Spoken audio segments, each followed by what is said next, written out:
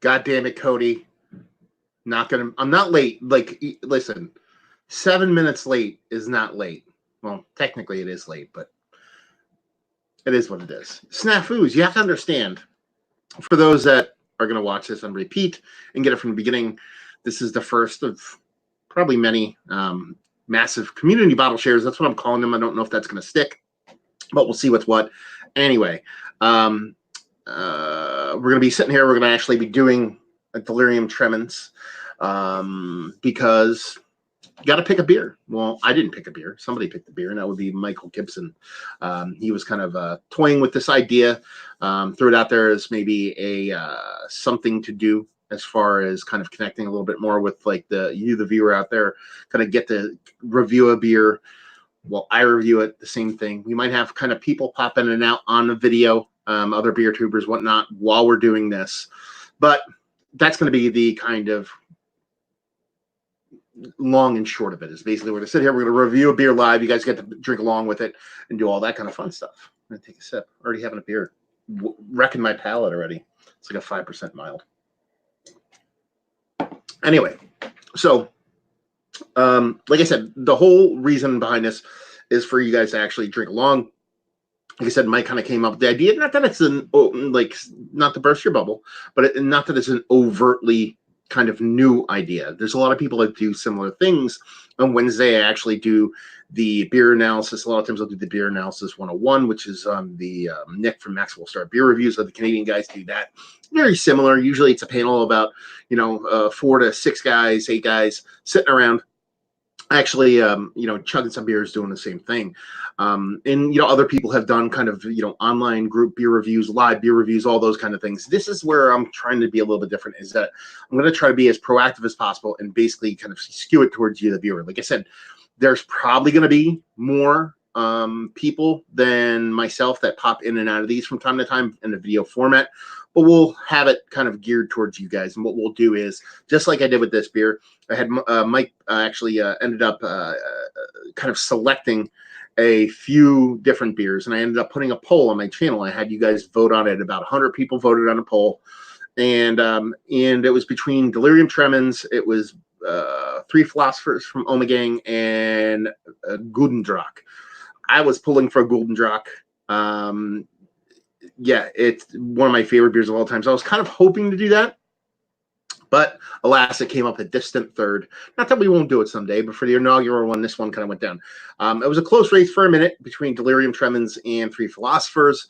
Delirium Tremens ended up winning out. I think that might be a good thing, because I definitely know that Omegang's footprint isn't nearly as large as Delirium's is. So that kind of affords you guys out there the opportunity to actually kind of get the beers and actually be able to drink along. And that's the whole point of it. You know what I mean? If I'm going to sit here and get kind of brewery only kind of exclusive stuff, well, that's all well and good, and it tastes great and it's awesome to do. It kind of defeats the whole purpose of this, which is actually sit down and kind of drink some beers and talk with you guys about it. So we ended up going with Delirium Tremens, and the weirdest part about it was I've never reviewed this beer before. To me, that's absolutely bonkers crazy, because I have had this beer, I don't know how many times. I have a glass. I have a Delirium Tremens. I have proper glassware, because this is like one of the first beer glasses I ever owned. That's how long I've been drinking this beer. And I have no idea how I've never reviewed this beer before. So it kind of works out that it's a beer that everybody gets to do. It's a beer I've never reviewed before. And from what I remember, it's a pretty good beer. Now, what do we have here? We actually have a can. This is kind of a story, and we're going to kind of talk about a couple things before we crack into the beer. You're more than welcome to crack into yours now. But I kind of wanted to go over a couple things for a couple reasons. One, to actually give you a little bit of background of my thoughts about this beer. You can go read about its history and how it came about and all that stuff. I'm not going to regurgitate all that stuff. I'm going to talk about my personal history and what I think about this beer. It's one of the first kind of Belgian blonde, Belgian triple, kind of blonder kind of Belgian forward beers that I kind of got into when I came back from Canada in the late 90s, and that kind of spurned my interest in the beer. I was more into big, bold, maltier Belgian beers. Unibroue Deep was the beer that kind of got me into beer, so I kind of gravitated towards doubles and quads. And then, you could not escape this beer. It's been distributed for a very long time, even though it hasn't been around for all that long. You think Belgian, you think the beers are going to be, kind of hundreds of years old. This beer's only been around since like the 80s, I believe. So it's just one of those beers that I've always had. Plus, you get the whole pink elephant thing that kind of, kind of piques your interest. You're like, oh my God, a pink elephant. Who puts that in a beer? And the whole fact that it's called Delirium Tremens, which is basically, the DTs when you're kind of go dry and you have alcoholism and your body can't stand it and you can actually die from it. So that, it's that kind of thing that is, when you're in your infancy of beer, it just kind of ticks a lot of boxes as far as humor and as far as interest and some things like that. Now in today's kind of beer world where everything's kind of convoluted and it's super kind of like flooded with all different kind of beers, it tends to get lost in the shuffle.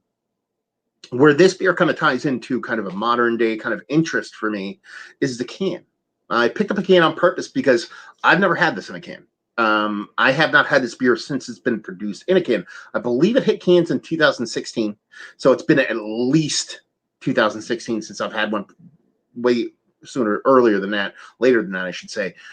So I've never had it in a can, so I'm kind of interested to how that plays. But the big thing about this being in a can, which I think is probably one of the things that interests me the most, or not necessarily interests me the most, but kind of ties into the beer community as the beer world in today's world, is this beer legitimized cans for me.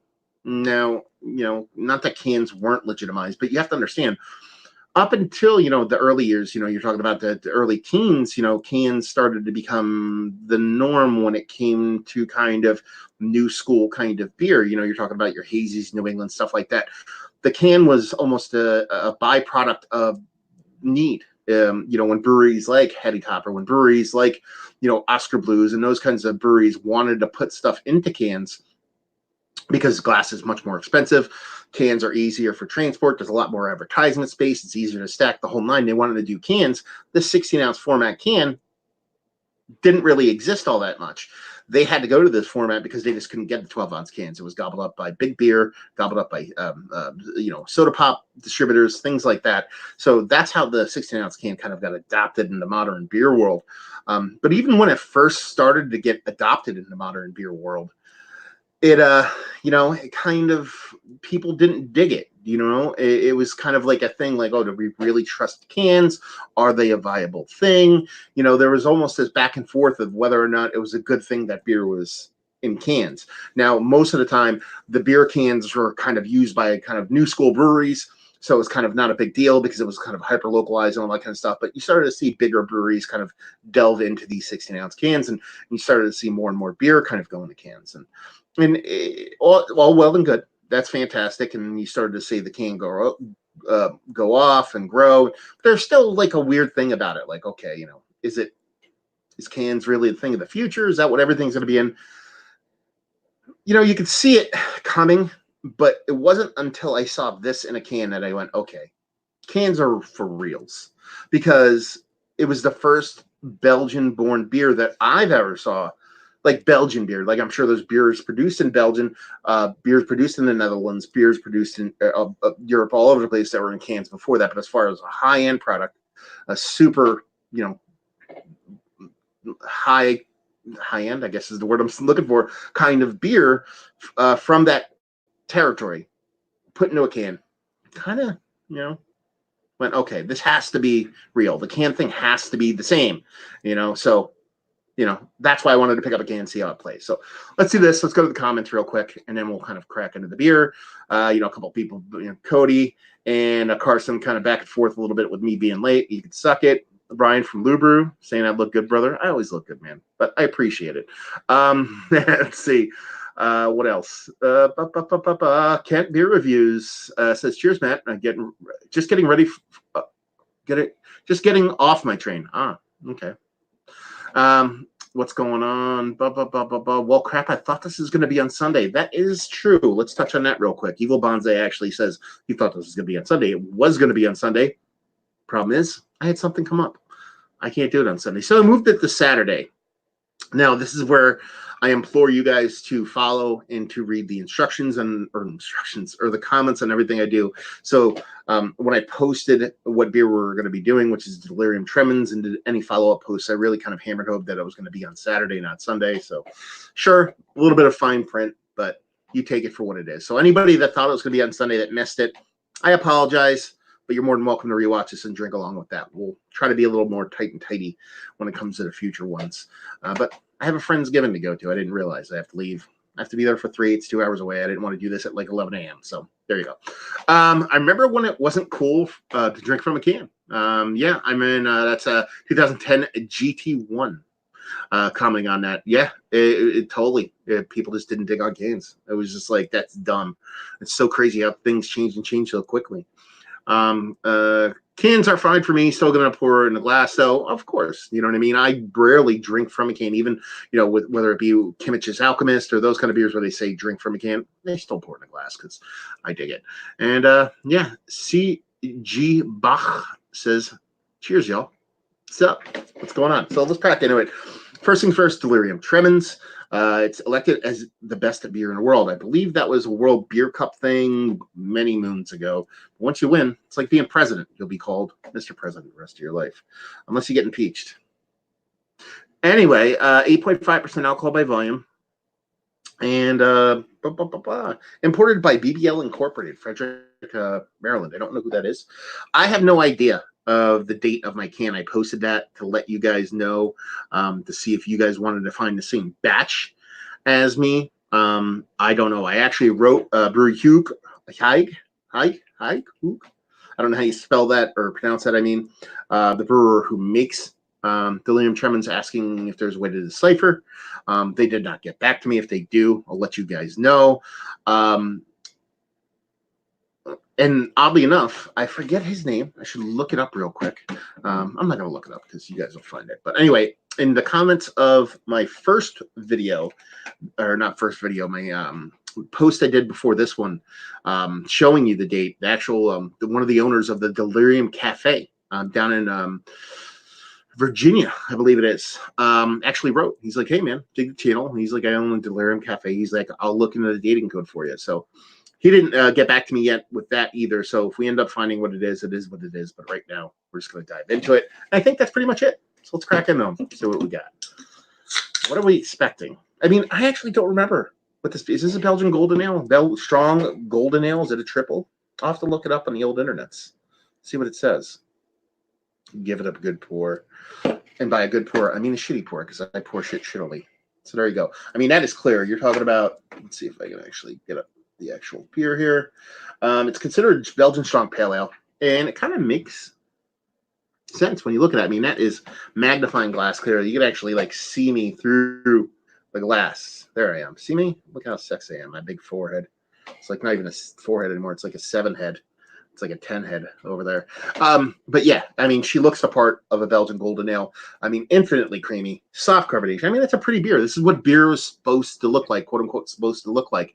When you're talking about classic brewers and classic brewing techniques, you're dropping out all that haze, filtering it. Not that they had crazy filtering systems back in the day. Again, not that this beer's overtly that old. But yeah, soft, creamy head, just off white. I mean, she's pretty. It's a pretty beer. Move on to that nose. I mean, it smells exactly what I would imagine. A Belgian Strong Pale. I should rewind that. This Belgian Strong Pale, because there's a wide variety of variants in Belgian Strong Pales. From the Stille Nacht to this is a very different kind of beer. This is not something I would actually sit and went on my way to age. Not that you can't age this, but a lot of the good stuff that comes from this beer, I believe, is better off fresh, because it's a lot of banana, a lot of bubblegum esters, nice kind of green apple. That's what I typically get from this beer, and that's what I'm getting here. So it's probably more banana, green apple leading the way, soft little bubblegum behind. That's what I expect from a Belgian pale of this ilk. Now, when you start to get into the Stille Nacht and, excuse me, those kind of beers, Those ones tend to be a little bit more malty, verging in, and I think Stilly Nacht is Belgian Strong Pale Ale, but it kind of verges more into like a triple with hints of a double kind of vibe to it, even though it's clear. And that age is very good for the long haul. I mean, give me a 15, 20-year-old Stilly Nacht. However, I mispronounce everything. I mean, she smells nice. It's not super punchy in your face. 8.5%. Back in the day, you have to understand, too, when you're talking about the late 90s, early 2000s, an 8.5% beer, that was a huge beer. You're like, holy shit, I'm drinking a big beer. There wasn't many beers that were bigger than this. You're talking about Sammy Klaus and a couple of the Belgian quads and things like that, but you're talking about a beer of that look, of that clearness, of that yellow fizziness to be verging towards 9% is kind of crazy. Yeah. Banana, bubblegum, apples. Cheers.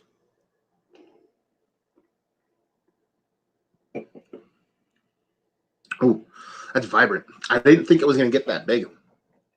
I mean, it's, for me, I don't know about you guys, but for me, it is literally an exact clone of what you get in the nose, except it dials itself up about halfway through your sip, because I got it and I was like, okay, there are all the bits and pieces. Probably, again, a bit more banana, apple skin, green apple skin, then bubblegum for me. But then it kind of amplifies and it gets really huge once you actually go to swallow, which just kind of explodes. Really nice carbonation, kind of reminds me of champagne. This nice, soft, spritzy kind of carbonation. Very vibrant. So it kind of makes you think it's way less of an impactful beer because of how sprightly and how vibrant that carbonation is. You're talking almost pushing 9%. It doesn't really drink like that. You're drinking something big. There's a little bit of warmth to it, so it's not like you're like over the top, like crazy amount of heat or anything like that. But it's just it kind of hides it and masks it so well, and that's where it ends up being kind of dangerous. This is what I would classify as danger juice. You know what I mean? Because I could easily find myself going out in the town, going to a random place, and being like, let me get one of those on draft, or even oddly enough, I'll find 750s of this. Sometimes I'm like super discount at bars sometimes, and they'll be like, yeah, bottles of these are like $5. I'm like, give me 4 of those. Should be drinking 4 of these at a clip. Ooh, man, gassy. That's that carbonation kind of getting to me. And it's just big, bold, in the way it presents itself, but it doesn't follow up that way. It ends up coming off a way bit later. There's a soft graininess to it. And there is a soft little bitterness to it, too. It's hard to get to because it is a sweet beer for all intents and purposes. It's a sweet beer. So it does have a big sweet component to it that makes sense when you're dealing with those banana, bubblegum, green apple kind of flavors. It makes sense. It's not desserty sweet, but it's eking towards there. But then when you get that combination of that soft bitterness from the hops, a little bit of graininess, which adds an earthiness to it, brings down that sweetness a little bit. And there is a dryness to it. I mean, that's a classic kind of, part and parcel of Belgian yeast as a whole, drying stuff out, making it a little bit more palatable, being a little bit more drinkable. It's super dangerous in the most beautiful way possible. I mean, this is great beer. There's a reason why this beer exists. And like I said, a lot of people, myself included, assumed this beer was just kind of like every other beer. It was like Rochefort, or it was like St. Bernardus, or it was like Westfalen, or all those beers that it's been around for 100 years, and that's the way it is. I forget when this is around. When did it actually come to existence? 1988 is actually when it first debuted. So you're talking about, what is that, 31 years? 30, and actually it came out on the day after Christmas. It debuted, so it'll be 31 years come this 26th of December. So it's a relatively new beer when it comes to Belgian beer standards. But I think about it, and I think it should be thought about that way.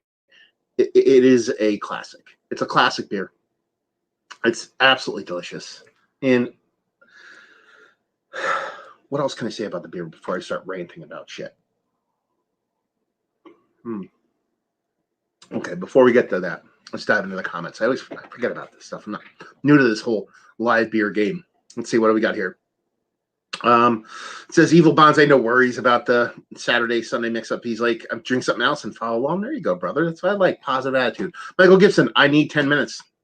Well, hopefully you're here, and I'll be on for a little bit. So we'll kind of talk and do a little bit of kind of maybe do a question and answer thing after this. If you guys have any questions, start computing that stuff in your brain. When you get to that point, shoot them at me, and we'll go over all that stuff. Again, might have a special guest pop in. Who knows? Let's see. Carson Blaylock. Carson, what's up, brother? I shouldn't even call you Carson. It says, I get a little bit of white grape juice in there, and I can get that too. I think that the green apple is more what I'm getting as opposed to a white grape, but I could totally interchange, white grape and green apple. You know what I mean? Especially like an unripened green apple. If you drop the skins off, it's very similar as far as taste goes for me. So I could totally see that. Jason's like definition style, kind of the definition of the style, even though I think there's two different, it almost seems like a subset to it, because I believe this is the definition of the style, but I also think, again, Stille Nacht is a definition of the style. And I think these are markedly different beers in the grand scheme of things. But I don't think either one is outside of what they should be called. So I think there should be like a delineation between the two of them. Let's see. What do we got going on here? We got a Dutch Beer Gig. Did not know they canned it. So there you go. You have somebody over there in the Netherlands, which is they take a train ride to this brewery, and they didn't know they canned it. Might be a United States market thing. I don't know if that's the case. If somebody out there more educated in the subject could let me know. And people in Belgium, people in Europe, what is the canned beer scene out there like? Because I was listening to a podcast, my friend John Hall, he actually does Steal This Beer. I've interviewed him for my podcast. He's a beer writer. At the time now he's just doing a straight authoring thing, but he's worked previously for Craft Beer and Brewing Magazine and all those kinds of places. And he said a good portion of beers are actually canned in Belgium and Europe in general, a lot more than we would think. So the fact that you don't see this in cans over there is kind of whatever. And also, I mean, not that I wouldn't have bought the can, but when I went to buy this at my store, I had three options. I had all three options available to me. I had the 750, which if I bought it where I bought this before taxes, because in Jersey you pay taxes, this would have been the bottle, the 750 would have been, before taxes, it was $10.99. Okay, so you're talking about 750. So that's 16.19 ounces or 17 ounces, basically. The 4-pack of bottles, which is, I think they're 12 and change a bottle. I think that would have been like $21, $22. And the 4-pack of cans, so you're talking about 4 16-ounce cans for me was $17.99. So I mean, it ended up being the most sense as far as just cost effectiveness, and it just goes to show you how much cheaper it is for cans to get it at that smaller of a price point. So let's see. Sweet. No, I missed that one. Okay, Sexton Beer Reviews. What's going on, Ashley? It says, cheers, Matt and viewers. Thanks for Matt with 1T. I always appreciate it. Evil Bonsai. Sweet, high ABV beers is where it's at. I used to think that way, dude. When you get older, it kind of changes.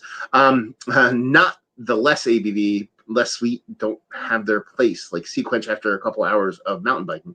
Yeah, I mean, perceptual sweetness and sweetness are two different things. The reason why everybody loves hazy IPAs is because they're super bonkers, crazy sweet, but they tend to be hidden quite a bit with a lot of excessive hopping and dry hopping and yeast and components and stuff like that. So I'm not necessarily anti-sweet or pro-sweet. I just like balance. I like drinkability. And when the high ABV beers have that, that's great. But I like high impact and low ABV beers. That's my jam. That's my soapbox. You guys know that shit. Evil Bonds again said I might be doing a homebrew version of this. DT is a favorite. I'd love to try a homebrew version of this. I always like when people try the Belgian route with homebrew.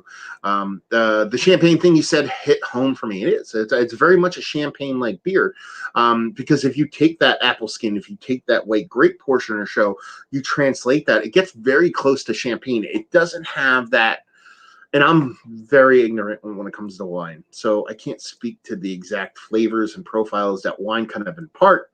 But when you talk about wine, or more specifically champagne, there is this sour, tart component to champagne that I just doesn't agree with me. Doesn't agree with my stomach. Not that I hate it, but it just brings something to the table that it just can't stomach. This lacks that. A lot of beers that end up using champagne yeast lack that. They bring that kind of champagne carbonation. They bring that champagne, parts of the champagne I love, but to the beer format, which is more my speed. And 310 GTS, who might be straight edge or might not. I don't know why he's on a beer channel. It starts with X, ends with X. That's a straight edge thing for me. Anyway, it says cool concept. Might get a hold of any of these beers, but we'll definitely tune in and sip on something with y'all. So yeah, like I said at the beginning, we'll regurgitate that now. We're going to be doing this. I'm going to try to do this at least once a month, if not more. Might pop on every now and then, but it's going to be guaranteed once a month. And basically, we're going to pick a beer. I'll put some polls out there for you guys to pick which beer out of the group that I would like to do, or suggestions from you guys. So if you have suggestions of beers you would like to see done, shoot them over to me, drop them in the comments here, send me an email at massivebeers@gmail.com. We will then take those beers and basically create a poll. We'll probably try to keep them in line stylization-wise. So if people said, I want you to drink this, this, and this, and there are 3 different kind of beers, I'll probably take them, throw them in an Excel spreadsheet, keep track of them, and then put up polls when I feel like, oh, this month I want to do a brown ale, or I want to do a Schwarz beer, or I want to do a hazy. We'll go from there. Hobzine, Rob, he's going to pop in for a minute. He said, I'll be with you in 5 minutes. So see you in 5 minutes, brother. Matt, I mentioned this to you a while ago. But these damn Belgians have been getting me in trouble on my recent rediscovery of them. Those triples and quads are too easy drinking, man. Danger. Man, you're preaching to the choir, brother. When I cracked that Rochefort the other day, that sucker put me over the top. It's one of my favorite styles of beer, to be perfectly honest with you. In the grand scheme of things, it's just absolutely fantastic. Belgian darks are like pink shit of fuck mountain for me. So when somebody does it well, I love it. And when American breweries do it and do it well, I love it. So the ABV is just kind of tough, and the price point. You know what I mean? You're talking about, a 4-pack of Belgian beers. You gotta take a sip. Andrew Speece is like, I bet you're thirsty. You're right, motherfucker. I need to drink more. Like Belgian beers, they're expensive, man. I mean, not that hazies aren't. You're talking about 4-pack of cans for $20 nowadays. But more often than not, you're looking at much higher kind of costs. You're getting in the mid to high 30s, if not more, when it comes to a lot of these Belgian beers. And you can get a 750 for a decent price, $10 to $12. When you start to calculate the fluid ounces versus this old 16-ounce can, your brain's like, wait a minute, because I think there's only a 1.9 ounces more in a 750 than in this can. I could be wrong, right? It is, right? It's 500 milliliter. Is that what these are? I'm horrible at this shit. I don't know why you guys watch. Anyway, there's not much more in a 750. Let's put it that way. So, yeah, the it tends to get a little bit pricier, so that keeps me from chugging all of them. But I'll tell you what, man, I've been on the super kick of darker beers as of late, low ABV. I've been drinking a lot of like Anchor Porter, Sammy Smith's Oatmeal Stout, those kind of beers I've been chugging as of late. So I'm definitely kind of plucking at the heartstrings of beers of old as of late. Let's see. We have, man, I gotta go quicker. I gotta stop talking as much. Garrett T, it says the store I went to had 16-ounce 4-pack in cans and bottles along with 750 milliliters. Seems a bit redundant, but I'd definitely be going back for more. I mean, I like that option because honestly, let's put it this way. I would almost exclusively buy this in cans because it's gonna keep. It's not gonna go bad. Throw it in your fridge, set it and forget it. Fucking Rompo peel shit. Pick it out whenever you want it. The 750 I would like to take places. I mean, not to be all pomp, but if I'm going to a dinner, I'm going to an occasion, bring the cork, pop the cork. It's fun. Let's see. Harvey Slater. Harvey, you guys wrote me about going on my podcast or your podcast. I wrote you back, brother. I haven't heard back, so if you right back. We'll see what happens. And he writes, hey, Matt, thoughts on Kramer beer? I have no idea what Kramer beer is. Is it Kramer from Seinfeld? Is it Kramer versus Kramer beer? I don't know. So clue me in on that. The Business Fairy. Oh, Keith, you motherfucker. 86 Lumbers in the thing. I don't think I've had this before. I always go with Delirium Red. Delirium Red's fantastic. I did a review with Delirium Red. I believe it was myself, my buddy Joe. Used to do PA. Why am I forgetting his old review? He used to review beers, NAPA beer reviews. His lovely now wife Amanda. We sat around. I believe maybe Brad wasn't on that one. We did a 750 of Delirium Red. Delirium Red to me is awesome because it tastes like, for those that don't know, you're not a lot of you are going to get this, but it's like drinking Turkey Hill Hawaiian or Turkey Hill like fruit punch, but or Cherokee Red soda, but in beer form, which is fucking fantastic. True on the drinkability, very creepily drinkable. Thank you very much, Evil Bonsai. Sexton Brewing, 12-ounce bottle costs $4.30 Canadian for a 12-ounce bottle. Really? I find that hard to believe, Ashley. The only reason I say this is because if any of you go to Canada that haven't been there before, go to your local, the LCBO, that's like their beer store. It's kind of state run or country run. And that kind of ties into this. And buy European beers. Because the pricing on Euro beers over there is fucking insane. Like insane crazy. The whole country buys it. So it's like, it's basically they have one buyer and it's Canada. Buys the beer, imports it, sells it. So they get it at such a low cost. Like, I'm surprised this costs $4.30 Canadian for a 12-ounce bottle. That's probably what I would end up paying. No, it's a little bit cheaper, but let's put it in context. A Rochefort beer that I have, that I purchased here in New Jersey, will cost me $6 and change. In Canada, I will pay $3 for that, and that's $3 Canadian, which is like $2.20, $2.30 American. So for $2.50 American, I can get a Rochefort 10. That's when shit gets dangerous, and that is when shit would just, that's bonkers. I can't believe that. Fire through a couple comments, then we'll get Rob up in the mix here. Let's see. Give this man a like. That's what Paco Suave says. That's right, motherfucker. Give me a like because I'm awesome. It says slight alcohol in the mouth to let you know you're drinking a bigger beer, but none on the finish. Very smooth. Papa Shango 25. That's poetic, brother, because you know what you're talking about. That's true. Delirium Red, didn't know it was a thing. Never heard of it until now. Yeah, it's great beer.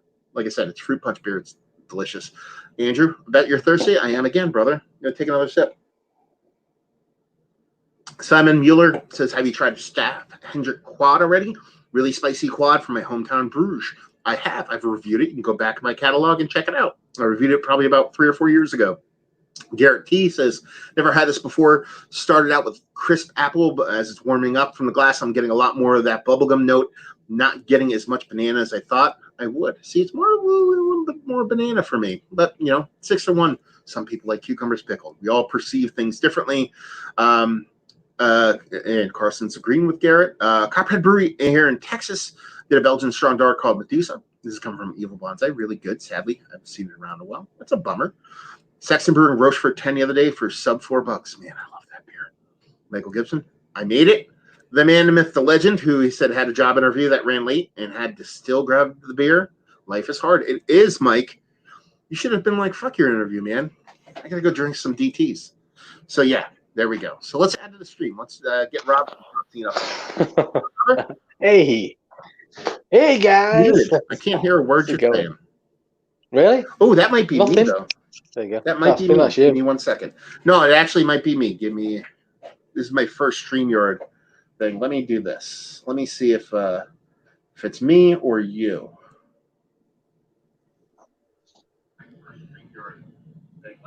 Whoop, whoop. Say some words. If it's me or I'm saying some words. Hey. Hey, guys. How's it going? For some reason, I can't hear you right now, brother. I don't know why. I can drop out. Let me try and fix that real quick, though. Let me see what I can do. Is there a mute function on here? And unmute, Mike. Can you hear me now? I don't know why I'm doing this. How about we do this? Boop, boop. I have an alternate. I have a plan here. Sometimes I can jump out and come back in. Hold on 1 second. Okay. Okay. Say some words again, brother. Keep talking. Any good? Can you hear There me we now? go. I can hear you now. Look at that. Can you hear me? Yeah, I can. Yeah, loud and clear. Yeah, So, I don't know. I don't know why that happened. I've got the situation that do I open that or do I just chug a beer? No, actually, no. I think you should open it, and you should talk about your experience. Like, you do your review as if you're doing it fresh, and that way we can get a kind of, a kind of back and forth between what it is. I've got a bottle. There you go. Okay. You got picked up at Tesco's, which is like the biggest supermarket chain in probably in Europe, for a pricely kind of cost of I think £2.74. So that's probably about $3 and a bit or something like that. Yeah. I've done well. It's got. I don't know what your expiry date, but mine's the 26th of the 6th, 2022. See, the cans don't have that on there. They just have some lot number. So I have no idea what I'm drinking. So there's not a canned on date. I just chuck it away if it was no canned on date. But it's an ageable beer. Actually, the funny part is that I wrote the brewery trying to get it like down to what this could be. They never got back to me, which is whatever. But there is Delirium cafes in the world, and there's one in Bruges or Belgium or whatever where they're located. There's one in the United States, and the owner of it actually wrote me, saw that I was doing this, and he said he'd try to find the deciphering for this for me. He didn't do it before this aired, but it's cool that he's looking into it for me.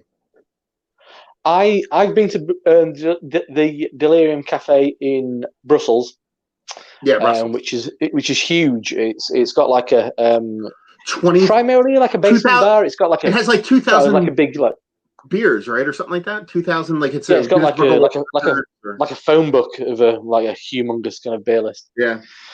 And I mean, this is a couple of years ago, so I don't know if it's the same situation. But and then the upstairs, it's a thing called the Hop Loft, which where the beers are a little bit more kind of modern, progressive. You'll get some hoppy stuff up there. You'll get some kind of some lambics and stuff up there. When I was there, I drank. I can't remember my first time round because that was a long time ago. But second time when I went up into the Hop Loft, I drank the Chimay triple on draft and also some Tilquin Gers, which is just out of this world.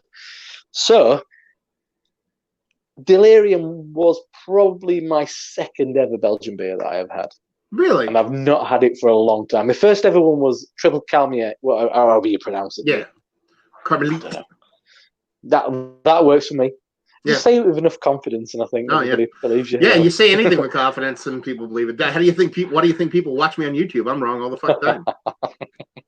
And then I think what drew me to this originally was the supposed. It kind of looked like it's kind of stone-like, but with hindsight, it's just coated, isn't it? It is like a stoneware bottle. But it was the whole thing about it. It was like the pink elephant beer. It's really strong and it's got a pink elephant on it. So it seemed quite exotic back in those days. Well, the old 750s were actually stone. They were stoned, but then I think that. But I think now, do I have one? I don't think I have one laying around in here. I should, but there's nah, that's not one. Yeah, but the old ones were stone, kind of like these. These are a little bit darker, but I remember they used to come in this Huga shot and Pooter ones. These are ceramic, and it used to be like these, but I think now they just do like a faux coating on it. Mm. You used to get Le Trappe in those in the UK supermarkets many years ago, like about 15 years ago. But yeah, I mean, I don't know what the difference. I'm sure it's absolutely exactly the same. It's pin bright. Yeah. But you mean, I was sniffing it while you were talking, and I mean it's quite interesting because I didn't hear what you said, so I'm completely unfettered by kind of influence. It's the first thing that kind of hits me. It kind of smells a bit like a premium lager. Like over here it'd be Special Brew or Kestrel Super, extra strong kind of lagers. It's got a bit of that because it's very grain forward. It's sweet malt. It's got a bit of kind of moldy peach going on. Moldy Bubblegum, like definitely. Oh. I think I find even Belgian beers. I mean, it's probably kind of like some. It's definitely kind of yeasty esters, but I mean, it's bubblegum without a doubt, and it's cheap, kind of like what you used to get in like a pack of cards. I mean, I'm sure you guys in America get the same. Yeah, it's that kind of cheap. Yeah, the gum. Bubble gum. Yeah, that would. Yeah, you'd almost break your tooth chewing it because it was like stale and powdery. That gum. Yeah, exactly. That's the one. And so, yeah, it's no booze though. I mean, how strong is this? It's been such a long time. 8.5. 8.5. That's a session beer these days. Though, oh yeah. Mm-hmm. But anyway. Cheers. It's quite a lot of carbonation. Mm-hmm.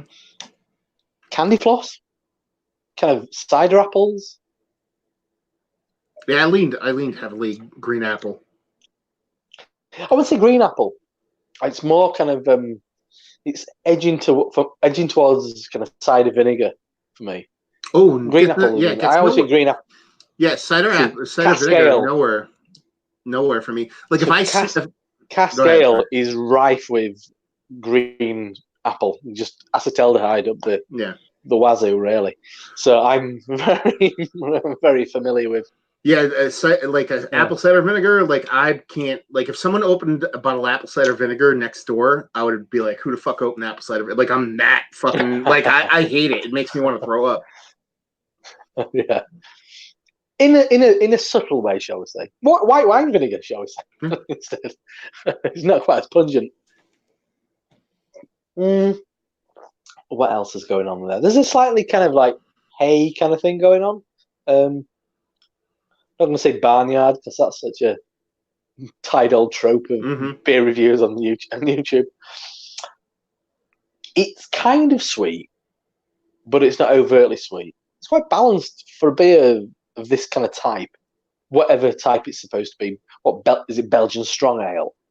That kind of that's what kind of rate beer would call it, wouldn't it? Yeah, and which means pretty much nothing to anyone. There's a little bit of toffee. There's a little bit of kind of.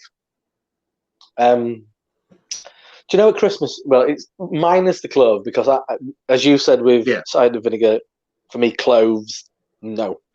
But do you know that at Christmas the like when you kind of spike an orange with spices? Yeah, mainly with cloves. It's got a bit of that going. It's the kind of drying rind of orange for me. The taste, kind of like dancing around in the background there. I don't know what I'm quite interested in what you said then. So what were your kind of main? Very similar, very similar. Just a couple differences. Like I remarked on the carbonation, very champagne like.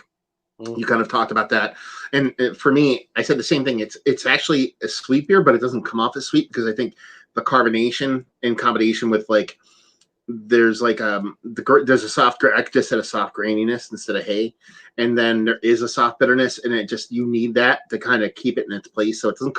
It's sweet. It's a sweet beer, but it doesn't come off overtly sweet. I went like banana bubblegum.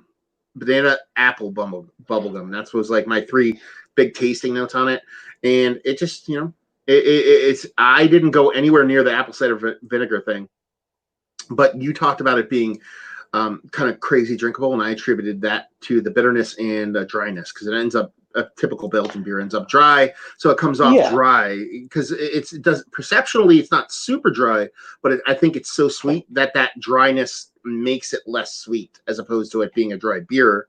You know what I mean? So yeah, pretty close. Just a couple different bits and pieces. It's kind of not as sweet as in my kind of like in my kind of my memory. It's not as sweet as I remember. It's one of those beers that I've stayed well clear of for a long time. 2 beers which I'd categorize and put in the same bunch as this and Quack, which I just think sweet, boozy. I think this tastes like Benylin.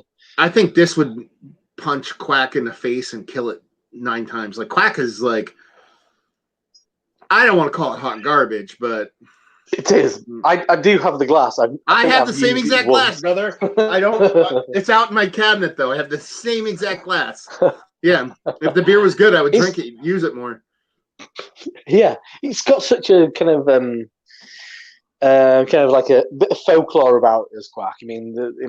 The place where I went to in Ghent in Belgium, they take one of your shoes and they've got like a winch, like a net on a winch, and so they come down. You pop your shoe in it, and they give you a slipper, and then your shoe goes up to the ceiling, so you don't steal it. And that's quite a common practice for the Quack glass because it's kind of desirable in a lot of ways. People just make it. Yeah, if you really wanted one, you could just get some really bad shoes or bring in some really knackered old shoes. Well, anytime you need to like surround your beer with some kind of like gimmick, you're kind of fucking trudging water or something like that. But it's one of the icons, though. It's one of the icons of, like, I guess, what was available in the early days. This Quack. But I still think this is a really good beer where I don't think Quack is. Oh, really? Okay. Yeah, I think this is a good beer, and I don't think Quack is. And same thing, like, I would put this head and shoulders above Shoof. Like, I don't like Le Shoof. I don't like their yeast profile. I would put this. I mean, I like other Delirium beers more. Nocturnum and the darker ones are a little bit more my speed, but it's just, something about those old guard beers. And I think a lot of those old guard beers that are just, how do I put this? So sometimes old shit people revere because there was limited options. So that old thing is awesome, where if you actually step back and don't have a recency bias or an aged bias, where if you're not like everything old is good and everything new is good, or vice versa, and just be like, is it good? I think there was stuff that people thought was good back in the day that just was straight garbage that just doesn't hold up. But then I think there's things from the past that was good back then that are good now. I think there was a bigger boat in the past, and people could be like, okay, that's good. You know what I mean? Kind of like, English cooking, everything was boiled. Now they're way better at cooking. And now you go back and you eat a boiled piece of meat. You're like, yeah, that wasn't good. I remember it being good because my mom made it for me. You know what I mean? But nowadays, fuck that noise. Yeah, it's I guess when you think to that old guard of kind of beers that originally appeared. I mean, I'm going back probably 20 years, I guess. When I probably maybe a little bit less. Yeah, 18, probably 17, 18 years. When I first kind of started, when I first discovered this kind of thing. Yeah. What else was around? Orval, which, as you were saying, I think is a beer that is still very much revered, and for all the right reasons. Mm-hmm. Chennai was kind of like, I think that's probably one of the Trappists that was available early doors. I don't think stuff like. See, I always think of St. Bernardus as a Trappist brewery, but last time someone told me that they weren't. They're not, but they are. They produce. They're not, but they are. No, they made West Veedelen. Yeah. From like, what is it, like whatever, 1920 to 1970. Yeah. So they made that beer until West Veedelen took it back because they're going to lose their Trappist stamp. So you know what I mean? They literally made Trappist beer for 50 plus years, and then started making theirs. So as far as I'm concerned, their beer is in that vein. Yeah, I completely agree. It's semantics, I guess. Yeah, when it comes down to that.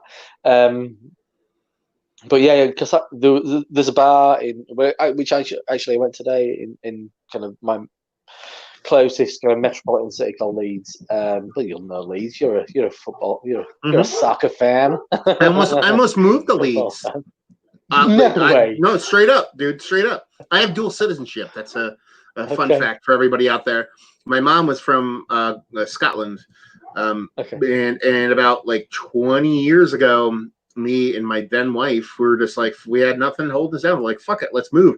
To the point where I had secured like a bank account. I had person looking for a fucking apartment for me. You know what I mean? Like I had everything I needed to go, and I'm like, I'm fucking out. And then my wife, her parents kind of bribed her to stay, so we didn't go. So yeah, I was going to move to Leeds. I almost moved there. Anyway, go ahead. Well, how different it would have been. Yeah. Matt, I think you've looked out with the whole farmstead. I think you're doing a bit better. Yeah. No, I'm not saying that I missed out. I'm just saying anecdotally. Well, in some ways, you probably did. I did miss out. Yeah, I missed out on a beer scene that's about 15 years behind America. I got you. He's dropping bombs. Come on now. I think you'll find. Maybe we should keep that conversation for a little bit later. Because I can be very critical of some American breweries, which people go bonkers for. I'm not going to say other half, but I might say other half. I had my other half hateful other half years. There was about 2-3 years. I was like, I just think they're just a bit. I think not now. Now I think they've turned a very big corner. I think they're really. One of the biggest beer festivals in the UK, as far as like craft beer goes, is called we call it Indie Man Beer Con. I'm slowing down as a Yorkshireman. I speak quickly, but so it's the Independent Manchester Beer Convention. Was that the one a month ago? Yes. Yeah. Okay. Yeah. Yeah. I did a podcast with the Shelton brothers, and there's a guy who's talking about that beer fest. It was actually going on at the same time as the Shelton Brothers Beer Festival. Oh, right. Because there's a brewery in Spain called Napara Beer, and their rep, the guy, their global rep is from England. So he was kind of talking about yeah. Maybe I know who that is, and I've completely not realised who their rep is. I have to think about that. I've been to I've actually been to Napa Beer's bar in Barcelona, which I think was originally a little tap. I think it was a little brew tap for a while. And it's a funny place. It's got a kind of bit of steampunk kind of like thing going on. It kind of feels a bit high end. And we were there like early afternoon. My little boy was quite small at that point, only like a year and a bit. So we didn't want to go when it was busy, but like all the staff wear like leather aprons and stuff, and they've got all the. I mean, I'm sure you'll see this everywhere in America, but with the kind of digital screens with tap lists on. And they had some amazing stuff. I mean, they had the kind of. I think at the time they had like variants of Speedway on draft, and there is like a big shiny kind of kit in the background. So I think they might kind of do. Maybe they do stuff direct from serving tanks. But then nowadays their kind of facilities kind of out of Barcelona. I don't know where it is. I'm just thinking. I was thinking Craft Beer Channel did something recently, but that might have been Basque Land. Yeah, they're. I think they're actually based out of Pamplona. That's where I think Pamplona. I don't know, but anyway, let's put a pause on that. But yes, let's do comments real quick. Go so we can catch up. Actually, while you do that, I'm going to get another glass because I don't want to put my lovely Sabro Pale Ale in the same glass as Delirium. So go for it. Yeah, drink dirty, man. Come on, don't be a jerk. Anyway, let's see. I have a bunch of people saying they can hear him. I know that. We fixed that. Let's see. Saxon Brewing at Carson. He said, it's so good. They're talking about the Rochefort 12, which is fantastic. Watching this Alabama LSU game, hard to beat. Yeah, I hope. I saw Alabama was losing. What's the score? Type it up there so I don't have to look about it. I'm just kind of hoping Alabama loses just because fuck those guys.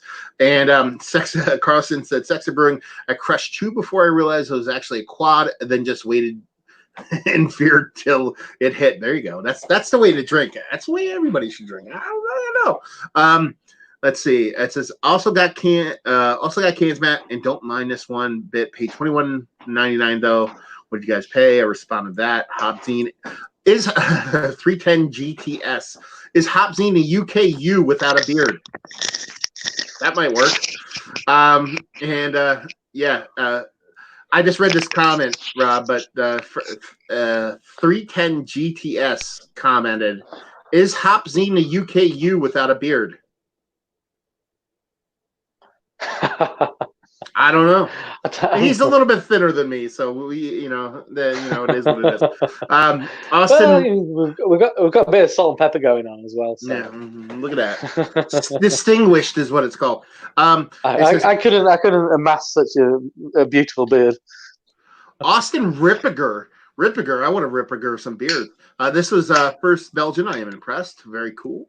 Carson paid $5 for a can. Austin paid $5 for a can. Jason $6 for a can. 18.44 is what I paid, and $5.83 on a nose is what Carson paid. Evil Bonsai Imperial Sixth Floor, six glass. Oh, Sixth Floor by Pegasus. City has those ceramic bottles I used to as growlers. Soda Pop Zero.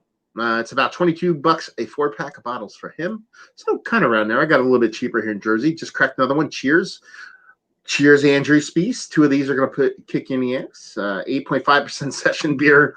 Love it. Makes it special treat when I do. Okay, that's not English, but I probably read it wrong. Let's see. Evil Bonsai just finished a Backwoods Bastard. I'm good for now. That is, you should drink 4 of those. They were really good. Mulling Spice. I think I've got one. I've got a 2014 bottle on the shelf. Yeah.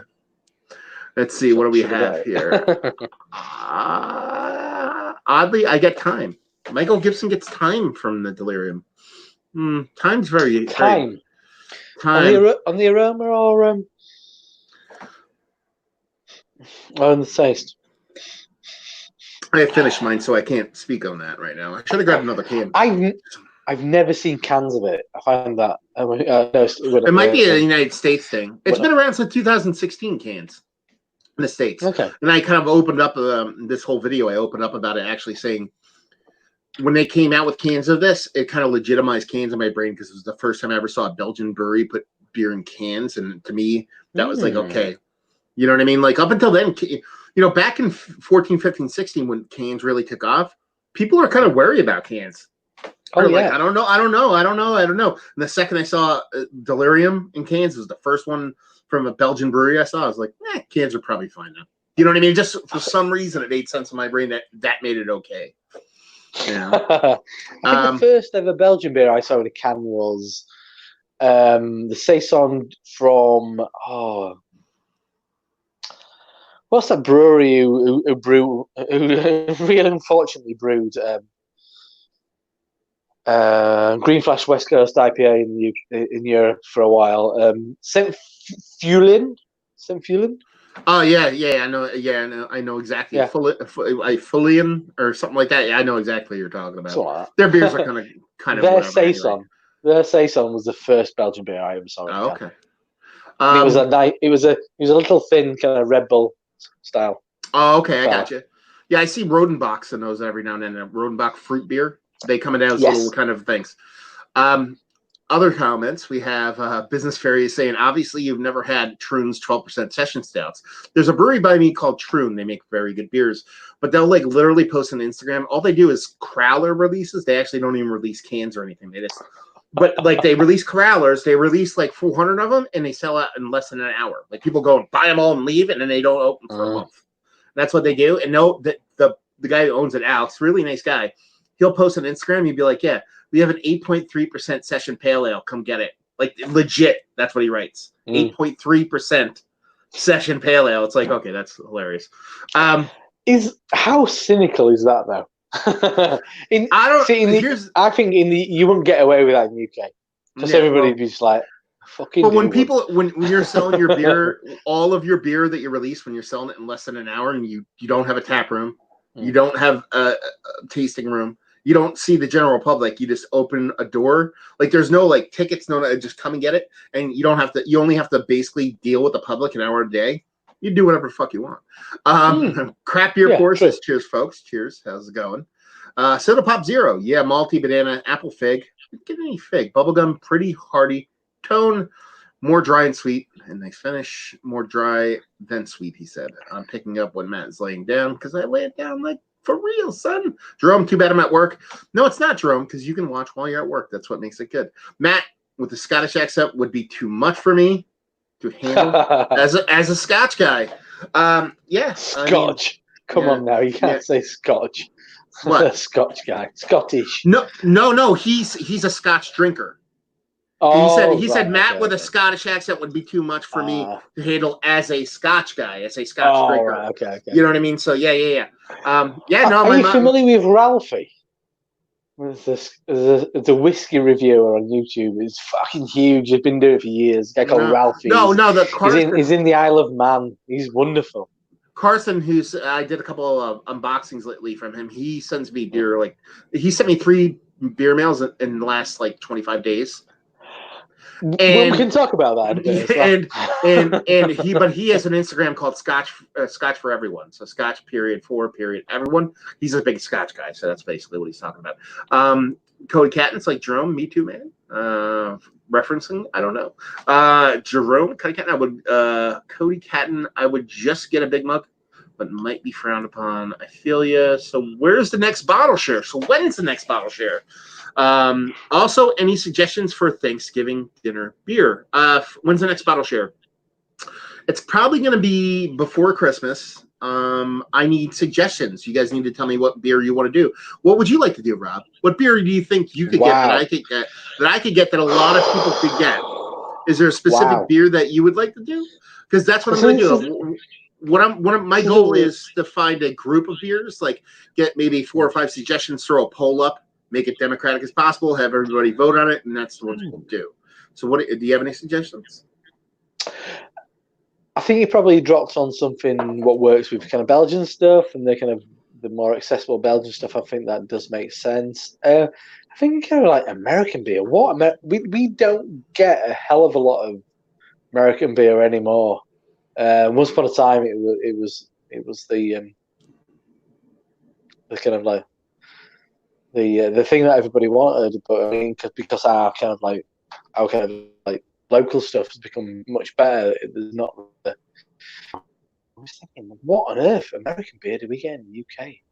All I can think of is it could be another the random bottles of Brooklyn Black Chocolate Stout that appear once in a blue moon. That might be a good one. That is a good beer, actually, and people massively overlook it. The ones that are probably on the shelves in the shop that I go in, but near where I work, I bet they're a couple of years old. I'm sure. Oh, you want that? They're a couple of years old, though. It's way better when it. Yeah, it's got a bit of heat to it. Yeah. I'm not bragging, but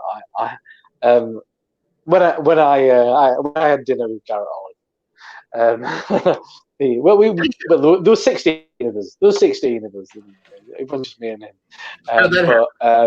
That was our dessert was Brooklyn, which I'm sure I've got knocking around somewhere. Brooklyn kind of little tulip glass, dollop of vanilla ice cream, and then you poured over your black chocolate stout, and that was your dessert at the dinner. And Garrett kind of regaled you with kind of anecdotes. It was a fantastic afternoon, best afternoon off work I've spent in a significant period of time.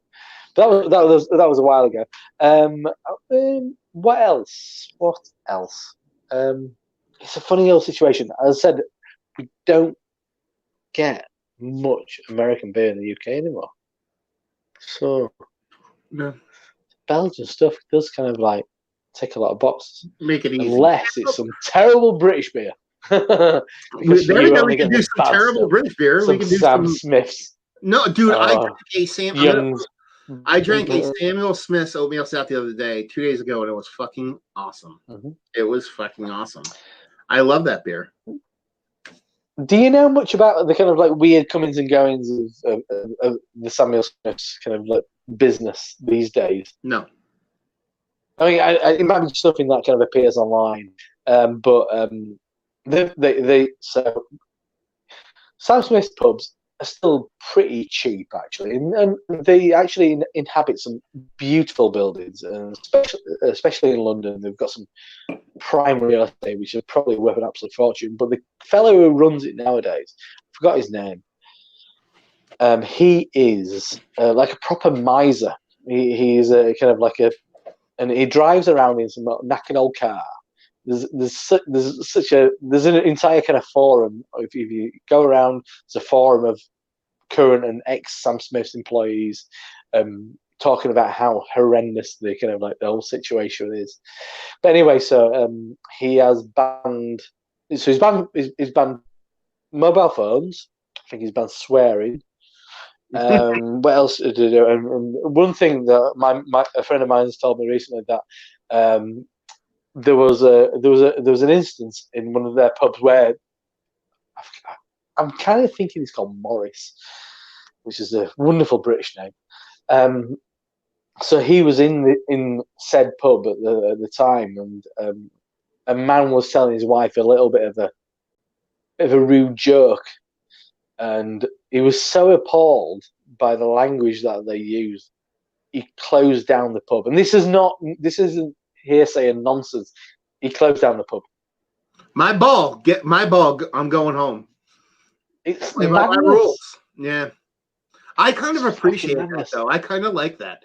I would, if I was a patron, I would be like, "Fuck this guy, he's an asshole." But from a distance, hearing the story, I'm kind of like, you know what? I kind of like when people do this.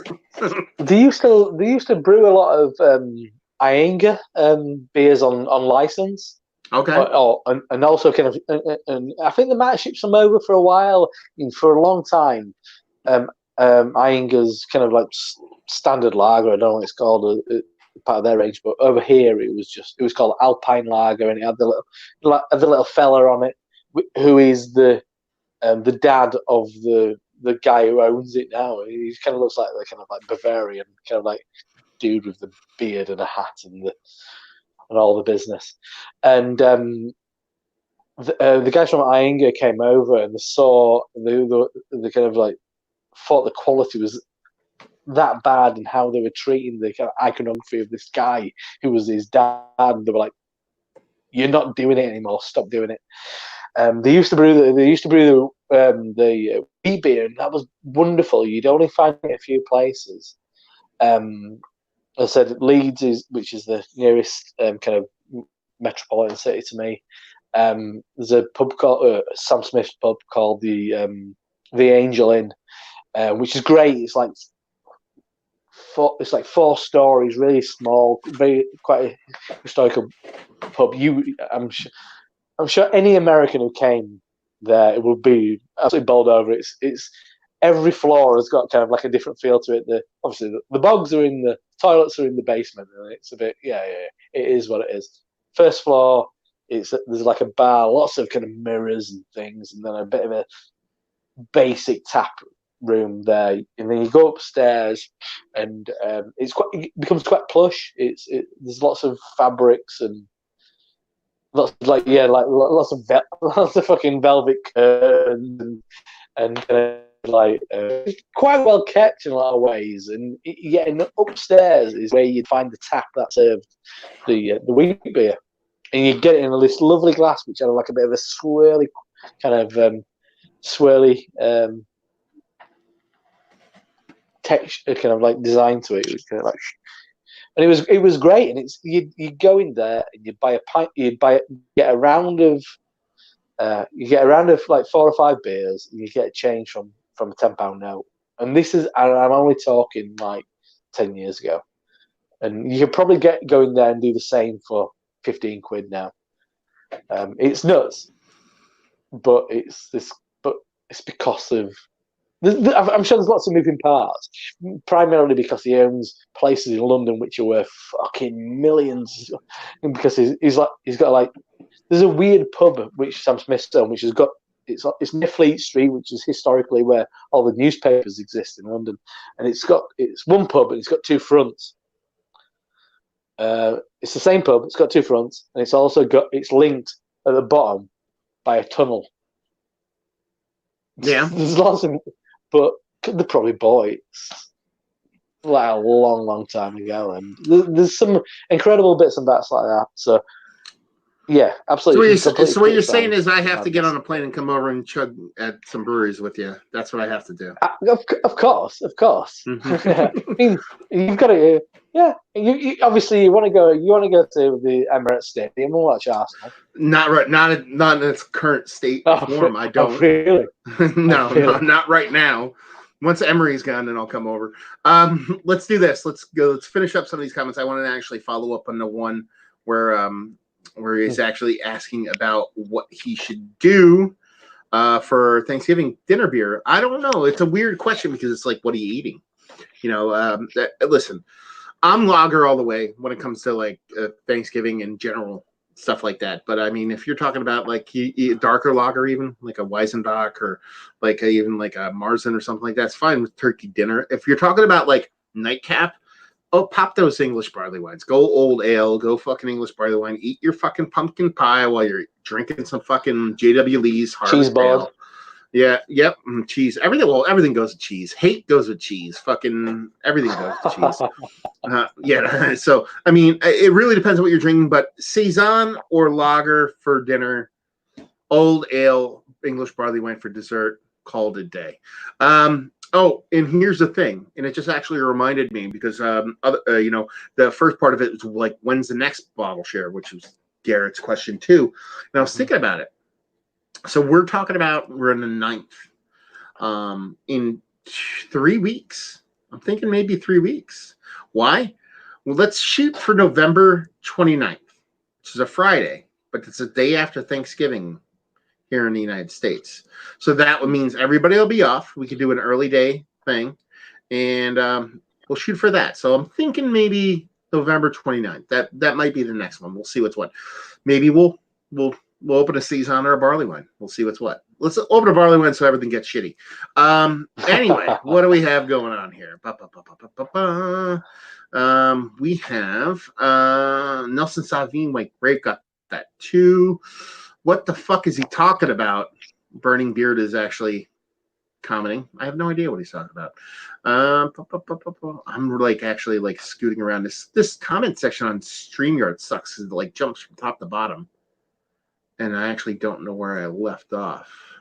Let's see. Scroll back up. Okay, I know where I am now. Here we go. Okay. Duvel also released single fermented cans last year. They did. I did a mystery beer about 2-3 weeks ago. I've not seen a Duvel can. Well, Duvel single fermented. It's basically Duvel, but they do it like they don't do the second fermentation for carbonation. They actually force carb it. And they usually do a single hop variant on it. The one I had, I believe, was Citra. If you look 2 or 3 weeks ago, it was one of my mystery beers. I did a Duvel can as a mystery beer. So as a can, I was to say as a bottle, that'd be you probably sussed that out just from a bottle. Carson says Ralphie is a legend. When we were talking about Scotch, so he knows what you're talking about. He's fantastic. Please do watch him. He's such a character. 310 GTS says, I found some Firestone Walker in Seoul. Does it make it to the UK? Do you get Firestone Walker in the UK or no? We for a period of time, as you can see, there we go. I've got my Parabola box. I mean, Parabola is historically one of my favorite beers. Yeah, absolutely outstanding. We had Firestone Walker in the UK for a period of time because it was actually distributed by a company just out of Leeds in a place called Kirkstall, which historically that business brought Sierra Nevada to Europe, and they were shifting millions of units, and it kind of made that business this Sierra Nevada. So for a while they did have Firestone Walker, and it was amazing. We got loads of specials and stuff. You know, Eldorado, Bravo, Parabola. I think last time we had it was in the small bottles, which is amazing. I love that beer. What else did we? We had a couple of anniversary beers. But you don't get the base, like the regular distribution stuff. You got more of the one-off stuff. Well, we got a bit of Easy Jack, and we got a bit of what's the kind of disappointing pale ale. What's it called? The kind of core pale ale. I can't remember what it's called. We had that for a bit. I mean, a lot of the Union Jack and Double Jack. I mean, we did have Wookie Jack before it got kind of like moved to a side. I love that beer. But it was never coming in all that fresh. But what actually, I'm gonna blow this open because I've got the inside info. and the guy who told me was the rep, and he's moved on now. It was actually an American guy from Arizona.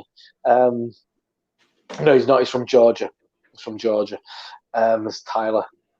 Yeah, that's him. I'm selling him out big time. So it got to a point where this company wanted to put EasyJack in this. There's a chain of pubs in the UK called Nicholson's, which are great pubs. I mean, quite accessible, but once again, like Sam Smith's, but nicer, inhabiting some incredible old buildings. And they wanted to put it on a keg font on in every Nicholson's pub in the country, which is probably excessive, like probably 300 pubs. And Adrian Walker wouldn't give them a discount. Adrian Walker is the brother of what's this fucking dude called? I've met him. He's a wonderful man, actually. I love that dude. What's he called? So it's Adam Firestone and David Walker. Yes. So Adrian Walker is the brother of David Walker, and he just wasn't prepared to give them any discount, like 5% discount. Because it's like, we can roll this out like nationwide. And they're like, no, we're not going to get this discount. But this chain will want a discount. So that's what they expect. Yeah. But he wasn't willing to do it. So after that, then they went with some kind of like, it fell apart. They're with somebody else, but it's disappeared, which is a massive shame. I did meet David Walker at Indie Beer Con, and he was lovely, and he had the hair. He's a beautiful man. And he's got the hair of a rich man. He's got some beautiful kind of like flowing locks. And in a slightly drunken situation, I told him how much I loved his beer and how much Parabola was such an important beer for me. And but even to that drunken me, he was a very kind of amicable, lovely kind of dude. So and Matt Brynelson, that's another half an hour conversation. Right? Matt Brynelson, what a fucking dude! What an absolute genius! I think he's one of the true kind of like brilliant. That's the one thing. That's the one thing I'm envious about, especially you over there. Like it's like the United States is so big geographically, to the point where like these brewers are constantly traveling in the United States and going places. But like what how long would it take for you to get to, like, let's say London? Like if you were to take a train, about 2.5 hours. Yeah. See, for me, like to get, if I was going to travel to like, that's like me going to New York or Philly. Yeah. Like if I wanted to go to California, it would take me 3 days. Yeah, if you know what I mean. So like I've been to California. It didn't take me 3 days. Yeah, but if you're driving, but flying, you can't really. It's not flying over here isn't cheap. You know what I mean? But it's like the distance is so big. So these brewers go everywhere and they do so many things. But it's like rarely is it close enough for you to actually dive in and actually sit there and talk to them. I've talked to a bunch of them on the radio, and I've talked to a couple of them in person. But to actually sit down and have a dinner with Garrett Oliver, I mean, you're fancy pants man now. So anyway, let's try to get through some more of these comments. I want to get through these comments, and I want to leave people hanging. Actually, it's probably 4 times I've kind of like whatever. Kind of like, I'm gonna mute you. Hold on. Yeah. Anyway, so Soda Pop Zero says Old Rasputin for a beer suggestion. We could do that, but I would really like to do a beer that's good. So let's move on. Michael gets for a period of time. We did get that in the UK. Yeah. It's an old school classic, isn't it? It's a bit of a classic. It's not. I don't know what it's like these days. It's one of those old. It's way too bitter for even the style. Michael Gibson says, "What are you cracking, man?" I'm actually not drinking Tremens. I'm drinking a Harpoon League because this is 4%. And I can chug the shit out of it. Let's see. And I'm drinking a beer called Saratoga Springs, which is probably a place somewhere in America. That is in America. A brewery called Pressure Drop in London. Is it a collab? It's beautiful. This is my no. It's just a wonderful pale ale. I drank probably more of this than any other beer in the summer. It's just absolutely perfect. It's a real. It's Citra and Sabro, but it's a real kind of Sabro showcase. It's beautiful. I love Sabro because it's and it just gives the best of Sabro for me. Yeah. Yeah, but the one brewery I get stuff from all the time, Hop Butcher, they like pretty much brought Sabro onto the scene. I love those fucking guys. Let's see, Jerome. I remember seeing Rogue Dead Guy in London. We're not doing a Rogue beer, so shut your mouth. Let's see.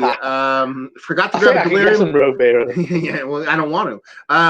Forgot to grab a Delirium, but I cracked the Saison Dupont. We should do Saison Dupont. That would be a good one. Everybody can get that one.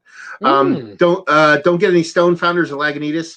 Well, we're definitely not doing any Founders. I'd rather not do any Lagunitas. I could do Stone, but yeah, I don't know. Let's do Fullers. Fullers would be a good one.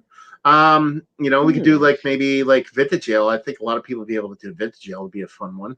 It'd be nice to do that along and have people different vintages and talk about how they changed. Some Michael Gibson. I get Nichols also. LOL and the taste for the Tremens.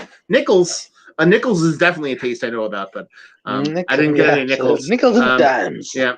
Let's see. Scrolling. Damn, hop scene is balls deep in a buzz. So the funny part is, Burning Beard thinks you're wrecked out of your mind, but he's stone sober. I assure you. Ballast Point. We're not going to do any Ballast Point. Sorry, I'm neither. Yeah. It says Michael Gibson. Have you seen It's 12 ounces now? We'll skip that one. Samuel Smith's Chocolate Stout is the only one I've had. I've seen some of their fruit beers, but I've not tried it. I actually listen. A proper aged Yorkshire Stingo is fucking delicious. That's all I know. Picked up a 12-ounce CBS yesterday. Well, we're not going to do that. And CBS, whatever. Yes, and I'm trying to see if there's anything else. What the fuck he's talking about? Filter it out, found. Yeah. I do have I've got multiple years of KBS. Yeah. I think I had 20 Founders reviews on my channel, and I just actually I took them off about You're a very principled man. It is what it is. You know what I mean? I'm not going to sit here and I don't want to talk to politics of anything. It's my personal preference, and I can do whatever I want because it's my party. It's like when the dude closed down the fucking pub because he's an asshole. Now close it down. Lock it down. Let's see. These Brits have no off switch. Burning Beard is riding you, dude. He's like fucking hammering you. What the fuck is he talking about? These Brits have no off switch. Dude don't like you, man. He just don't like you. He's from out West Coast. You won't shut up is basically what he's saying. Me? I won't shut up. Yeah. Don T is about the you're yammering. That's what he's saying. Let's see. Don T is about to crack open some Vale White Ferrari. White Ferrari. That beer is fucking awesome. I'm not a big Vale guy, but White Ferrari is fucking awesome. Plus, every time I hear White Ferrari, I think of White Panda. When Dave Chappelle said that from Chappelle Show, and said, White Panda, Hulk Hogan choke went out for my birthday. That's what I think of. So that kind of makes me laugh. BCBS for Thanksgiving Nightcap a year earlier. You can't get it because it doesn't come out the day after Thanksgiving. See, unless you're bootlegging like a saucy son bitch.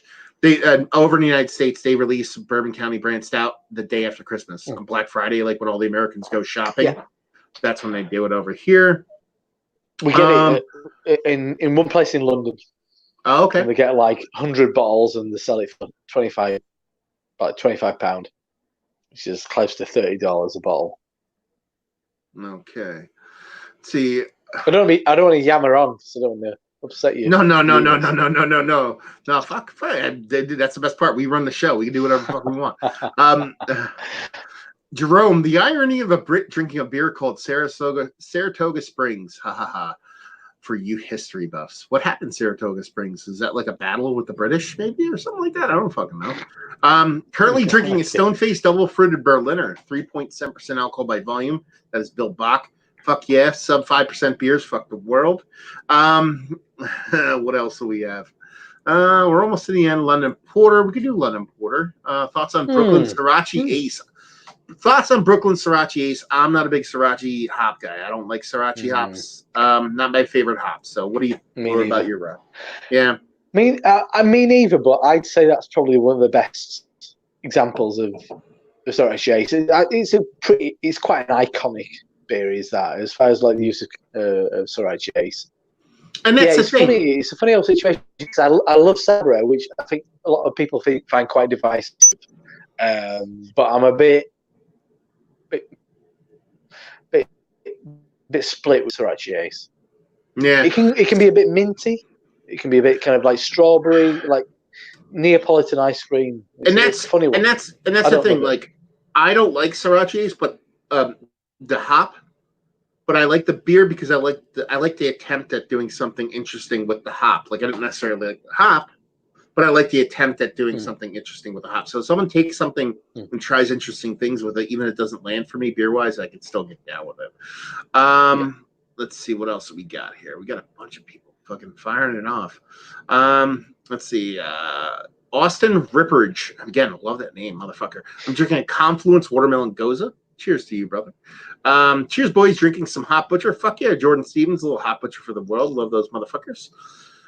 Carson Blaylock, how many more stouts will it take until you won't accept any more beer bales from me?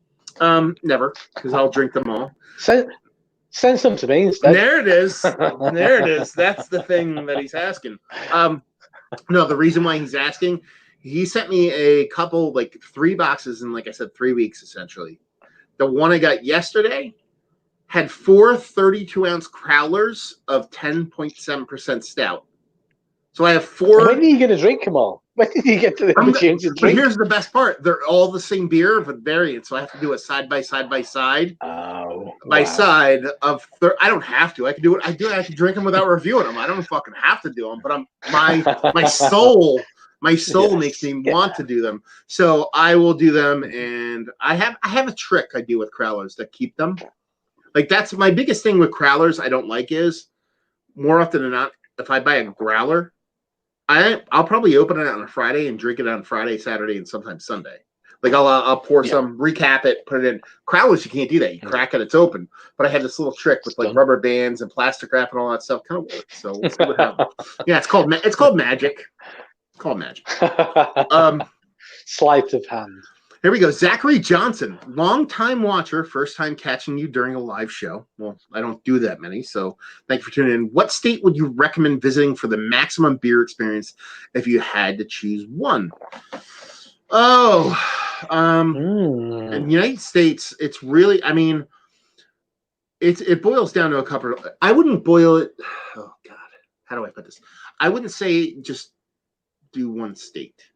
And by that, I mean, I might come to New Jersey. And the only reason I'm saying that is not to be a homer. Is that if you were, well, I totally am. But if you came to New Jersey, and let's say you stayed in the kind of central upper New Jersey area, you have access to the Hudson Valley. So you got Hudson Valley Brewing, you have Suarez Brewing, you have Equilibrium.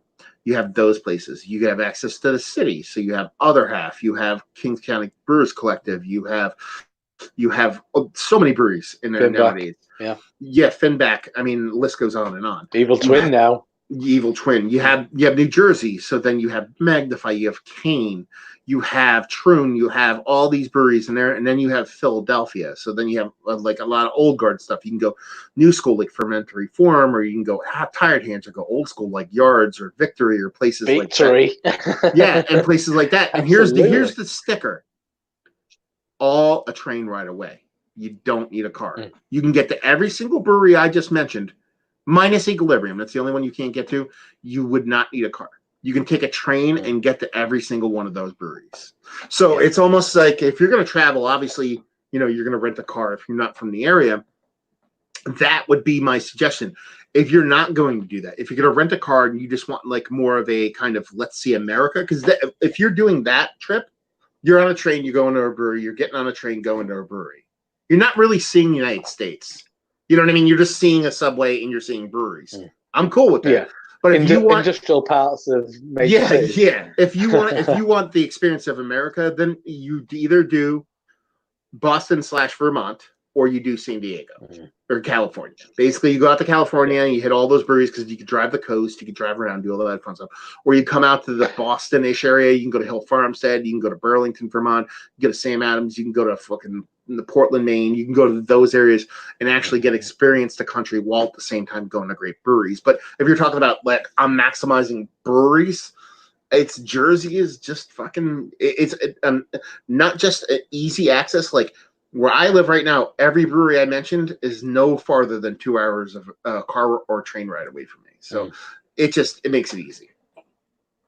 Where would you? Yeah, so I went to California in 2014, and so we did a week kind of downtown. Then we did a couple of days up in Carlsbad, and then we did maybe I think it was 4 or 5 days in San Francisco. So I mean, but it's you've got to drive. You've got to drive. It's a fucking nightmare to get to a lot of breweries, especially in San Diego, because it's such a big place, which we're not used to in the UK. Getting up to Miramar to go to Alesmith, which is now Michelob San Diego, and while I'm on that, I kind of got shut down by Peter Zion, you know, the main dude. What'd you do? Alesmith. No, we'd met a couple who were, I think, over from Singapore at Ballast Point pre-buyout, so I'm not a sellout. And that was actually quite a good tour as Ballast Point.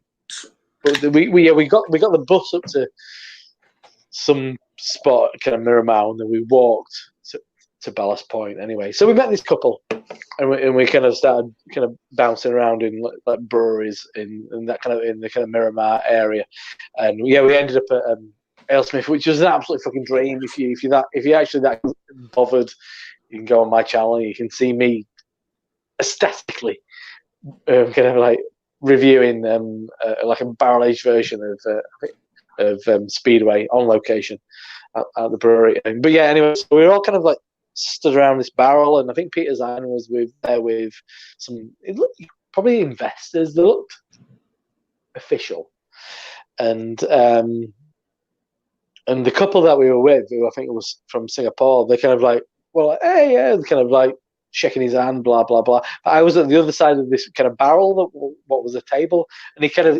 wasn't kind of like wanting some kind of like fanboy kind of like moment, but but as he finished with them, he kind of looked over me, and we kind of like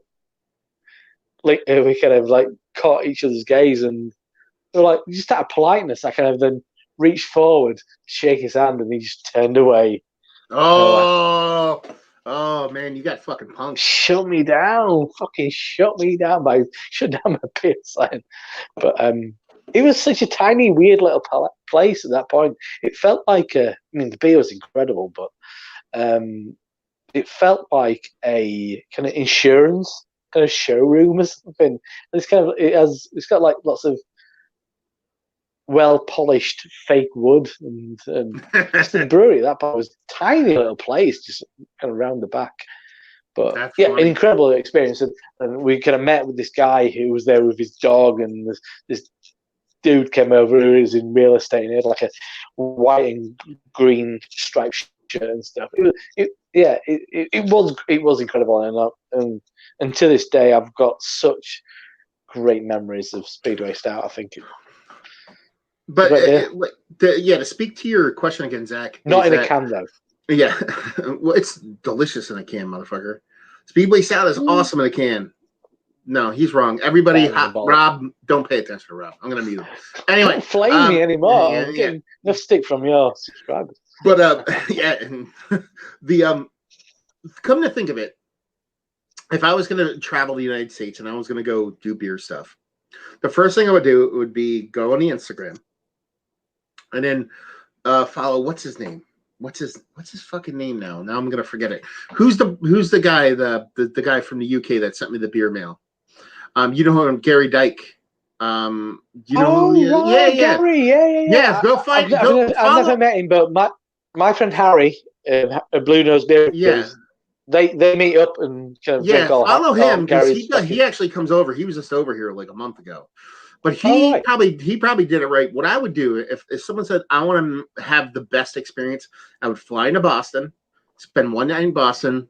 I'd get a rental car. I'd drive to Portland. I'd spend a night in Portland. Then I'd drive to to Vermont, go to Hill Farm. Said you can't really drink. You can drink at Hill Farm, so but you can't really. And then I would drive to Stowe, which is 40 minutes away, and stay there for a night. So that's 3 nights. From there, you can go to Burlington if you want, but I would skip that and travel south. I'd go travel to the Hudson Valley after that. I'd go to like Suarez Brewing, Equilibrium, and then kind of make your way down that way and then head into New York City.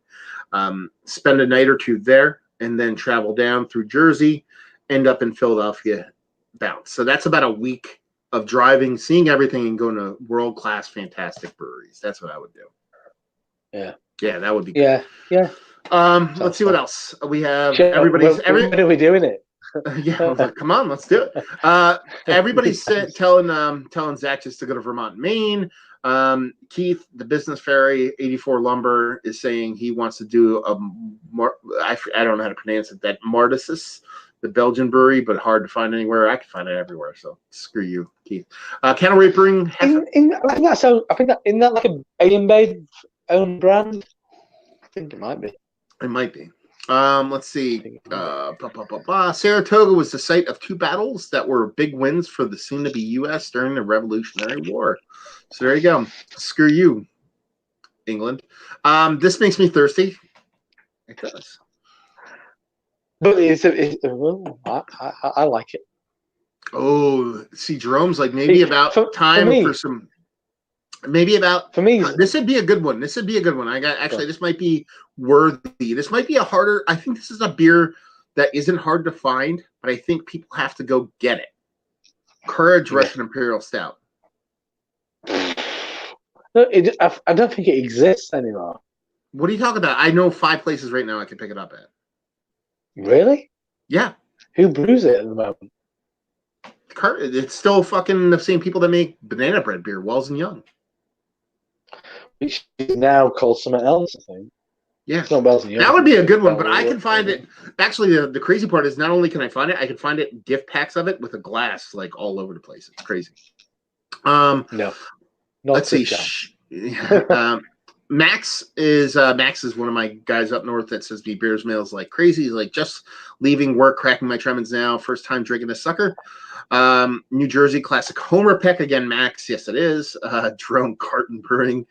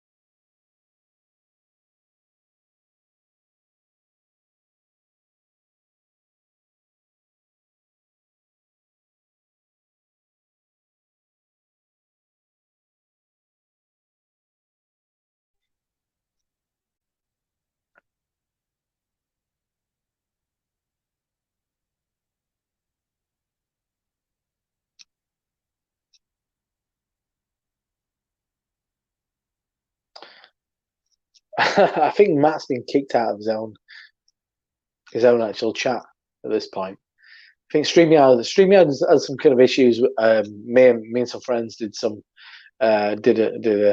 live broadcast last week, and the host got kicked out, and they all went pear-shaped. So hopefully Matt will be back in a minute. Up until that point, I mean, I can't see comments, so anybody, unless I go on.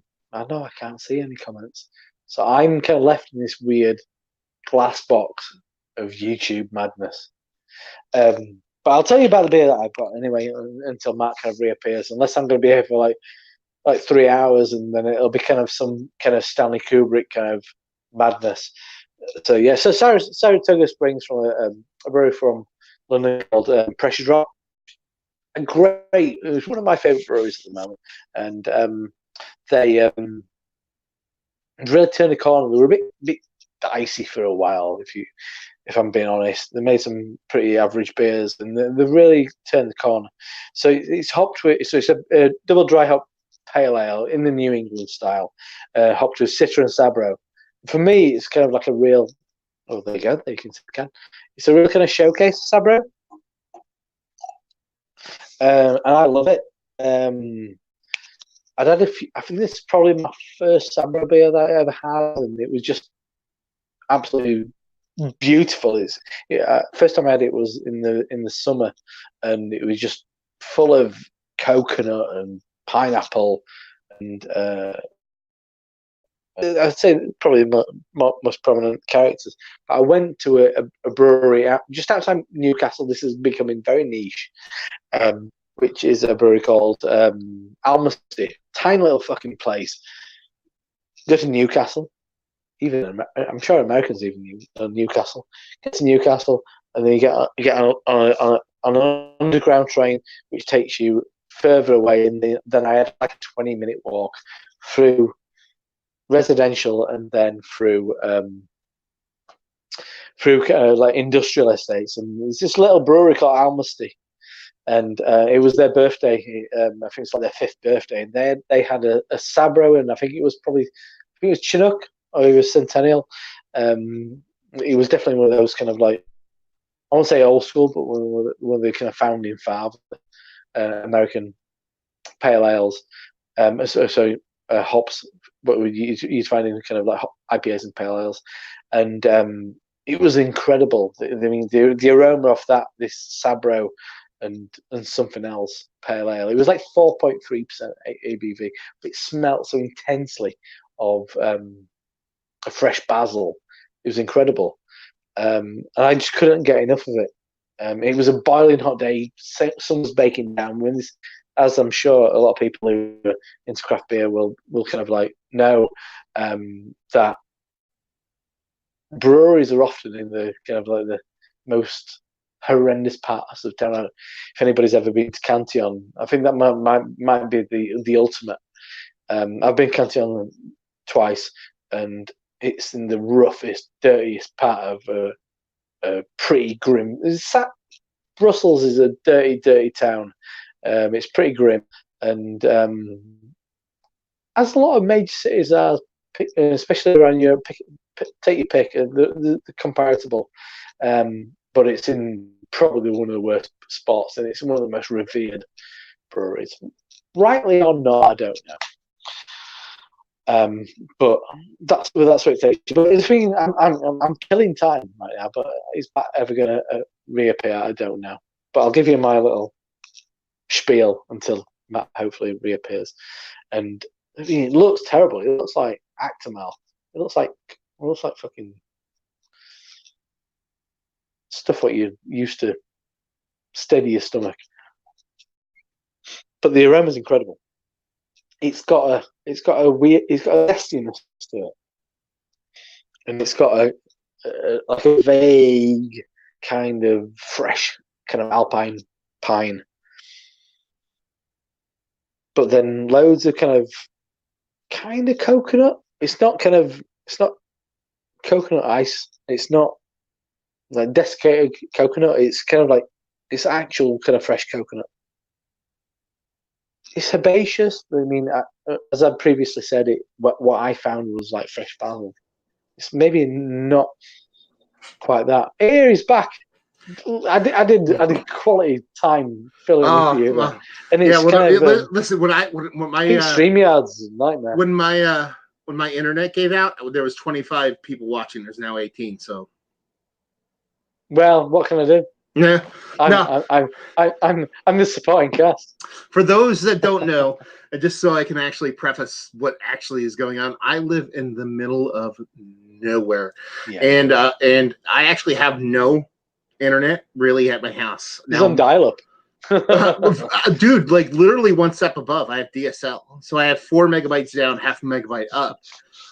So when I do live streams like this, because the bandwidth is needed, I actually take my cell phone and I put it outside on this mount, and I feed it into my house, and that's how I actually can broadcast. I'm actually working on getting a better solution. Kind of, it's cellular data, but it's household based. But I had my thing put outside, and I don't know if one of the cats knocked it over or something like that. So I had to run out, reconnect everything, come back in, like literally like ran around like a maniac trying to get everything fixed, and here I am. It's that aggressive goat you've got. No, Jerry, that fucking shit. He's an asshole, man. Now, just for fun, Rob, 22 Yeah. viewers now. I'm back on 22 Hey, viewers. well, you know, hey, this is not. It's not my crowd. What can I say? It's not my Yeah, crowd. yeah. It's I people was that are into filling in. beer. Fuck those guys. Um, It's kind of like it's kind of like when Louis C.K. kind of appeared in that comedy club, and people just walked out. mhm. But they couldn't bypass the quality of the material. Some people, the proper people, the hardcore, stuck around. What are you drinking, by the way? Same beer? Yes, Saratoga Springs. Yeah. I'm still on that. I've not got much of it left, but it's my kind of beer. I mean, just kind of bright hop character and not kind of silly ABV. Because there's too much. Kind of, every fucking beer is like 8%. Not this one. This is Little Wolf from Zero Gravity Brewing. Now, brewery actually we get distribution in Jersey now. I actually never heard of them until I visited Vermont a couple years ago. Went to the brewery. The beers were quite nice, but we get these distributed now, and whopping 7.4% pale ale. It's a little bit malty. You can see it's a little bit darker, but it's a nice soft haziness to it. Very orange forward. 4.7%. I think it was $8.99 for a 4-pack American for 4.7% hazy pale. I will drink that all fucking day. Thank you very much. I kind of like that you're using you do have a delirium glass. I kind of like whilst you were away, I like to think you were using one of those A hand crank. those old fashioned pumps Yeah. just to clean your glass. Actually, we're going through. I still want to get through comments. It's hard. So many people are commenting. It's so hard to keep on comments. It's a little bit of a just don't read out the ones that are slagging me off. Okay. Yeah. I've got to hold on to some self-esteem. We have Craig chiming in. Hey y'all. Kent beer reviews in the house, at least watching. Portland, Maine beer scene is insane. Denver is great. Denver would be a great spot, but you're kind of you go to Denver and then go home. There's really, unless you're going to drive places, there's really not much else to do there. Colorado or New England, keep the saying, scenery is awesome, beer is great. That is true. Master beer reviews are, what are some good pale ales to get me into IPAs? Austin Rippiger, with the best name of the night, is asking. Seems like the only type of beer I cannot get into at all. Well, here's the thing. I actually don't think, how do I put this? How do I phrase this? You shouldn't try to get into a beer. I don't think you should ever try to get into a beer. I think you should just drink beer. And if your palate's going to change, your mindset's going to change, everything you kind of taste and whatever is going to shift with time. So, and like when I got into beer, like, there was only certain kinds of styles available. And, when I first started drinking beers, I didn't like this, I didn't like that. But eventually over time, you start to appreciate different things. You start to appreciate different flavors. So I wouldn't necessarily try to force yourself to get into a style. I would just drink what you like. But at the same time, you still want to explore new things. That's when I say go to like your local Tesco, or you go to your local Wegmans by me. If they have like a mix-a-six section where they have like, okay, you could pick a bunch of different beers and put it, Bevmo, something like that, and just try and pick stuff that you're not comfortable with, or pick styles that you've never had before and look up, Beer Advocate or Untappd, look up the good examples of those styles, try a couple different versions, see if those pique your interest. If they do, then keep exploring that style and just go from there. I wouldn't try to force yourself to like something, but don't, no. That's not saying don't keep exploring and don't keep trying new things. You know what I mean? Just don't force the subject. What about you, Rob? It's a journey, isn't it? Mm-hmm. Really? I completely agree. I mean, early days, I was really into when I kind of transitioned from kind of like mass produced lager. I discovered wheat beer, and from that, I started drinking kind of Belgian beer, said like this, and kind of this stuff, and then that. And because once again, it's back then it was availability, as you said a few times tonight. There was some American stuff. It was Anchor, Sierra Nevada Pale Ale, and then that kind of opens your eyes, and you kind of, so that's kind of like setting that's like your base layer, isn't it? Really, it's like you've got standard examples of styles. from there, then you develop a kind of like personal preference. Really, I mean, for me, I like beers like this. I like characterful hoppy beers. If they don't need to be too strong, that's, I think, the benefit. If I want flavour before kind of ABV, and same thing with stouts. I mean, actually, I don't mind it being stronger, but and adjuncts, I'm not averse to adjuncts, but it's all about kind of one thing, I guess, in the UK, which is kind of paramount, is balance. And there's a beer reviewer in New York who might talk. Well, he used to be in New York. He's somewhere else now. He talks about balance. Oh, Darwin. He doesn't like that word. He doesn't like that word, and that's absolutely fucking bullshit. Because I could line you up at least 20 high quality British brewers who would say balance was the most important thing to any successful beer. Not to defend him in what he said, if you really do, and this is maybe I don't know. I wasn't taking a shot. No, because I agree with what you're saying, but I think when he's talking about Darwin from Darwin's beer reviews, but when he actually said what he said, he wasn't articulate enough to say he doesn't like it when people just use the word balance and nothing else, and that's all they say. So if a beer reviewer just says it's balance and never brings anything else to the table, and he did allude to that, he just didn't hammer the point home, that can be an issue. Like if I just go, oh, this is balanced, I think it's really balanced, and that's all I have to say, and be like, well, that's kind of fucked up because you're not saying anything. Balance is a correct term. It's kind of like the way people use the word love nowadays. They say, I love this, I love that. Well, if you just spread it around, just use it for everything and never define it, then it doesn't make any sense. But when you use it in a purposeful way, it can be meaningful. Let's see what else. Oh, no, I agree with that. See, on that subject, I do find that. I mean, I'm really kind of, I'm probably as guilty as anybody else, but I really try not to. And it's all those terms that beer reviewers use, and when you put a Y on the end of it, it's hoppy, it's malty, it's chocolatey. There's so many things. I find it really troubling.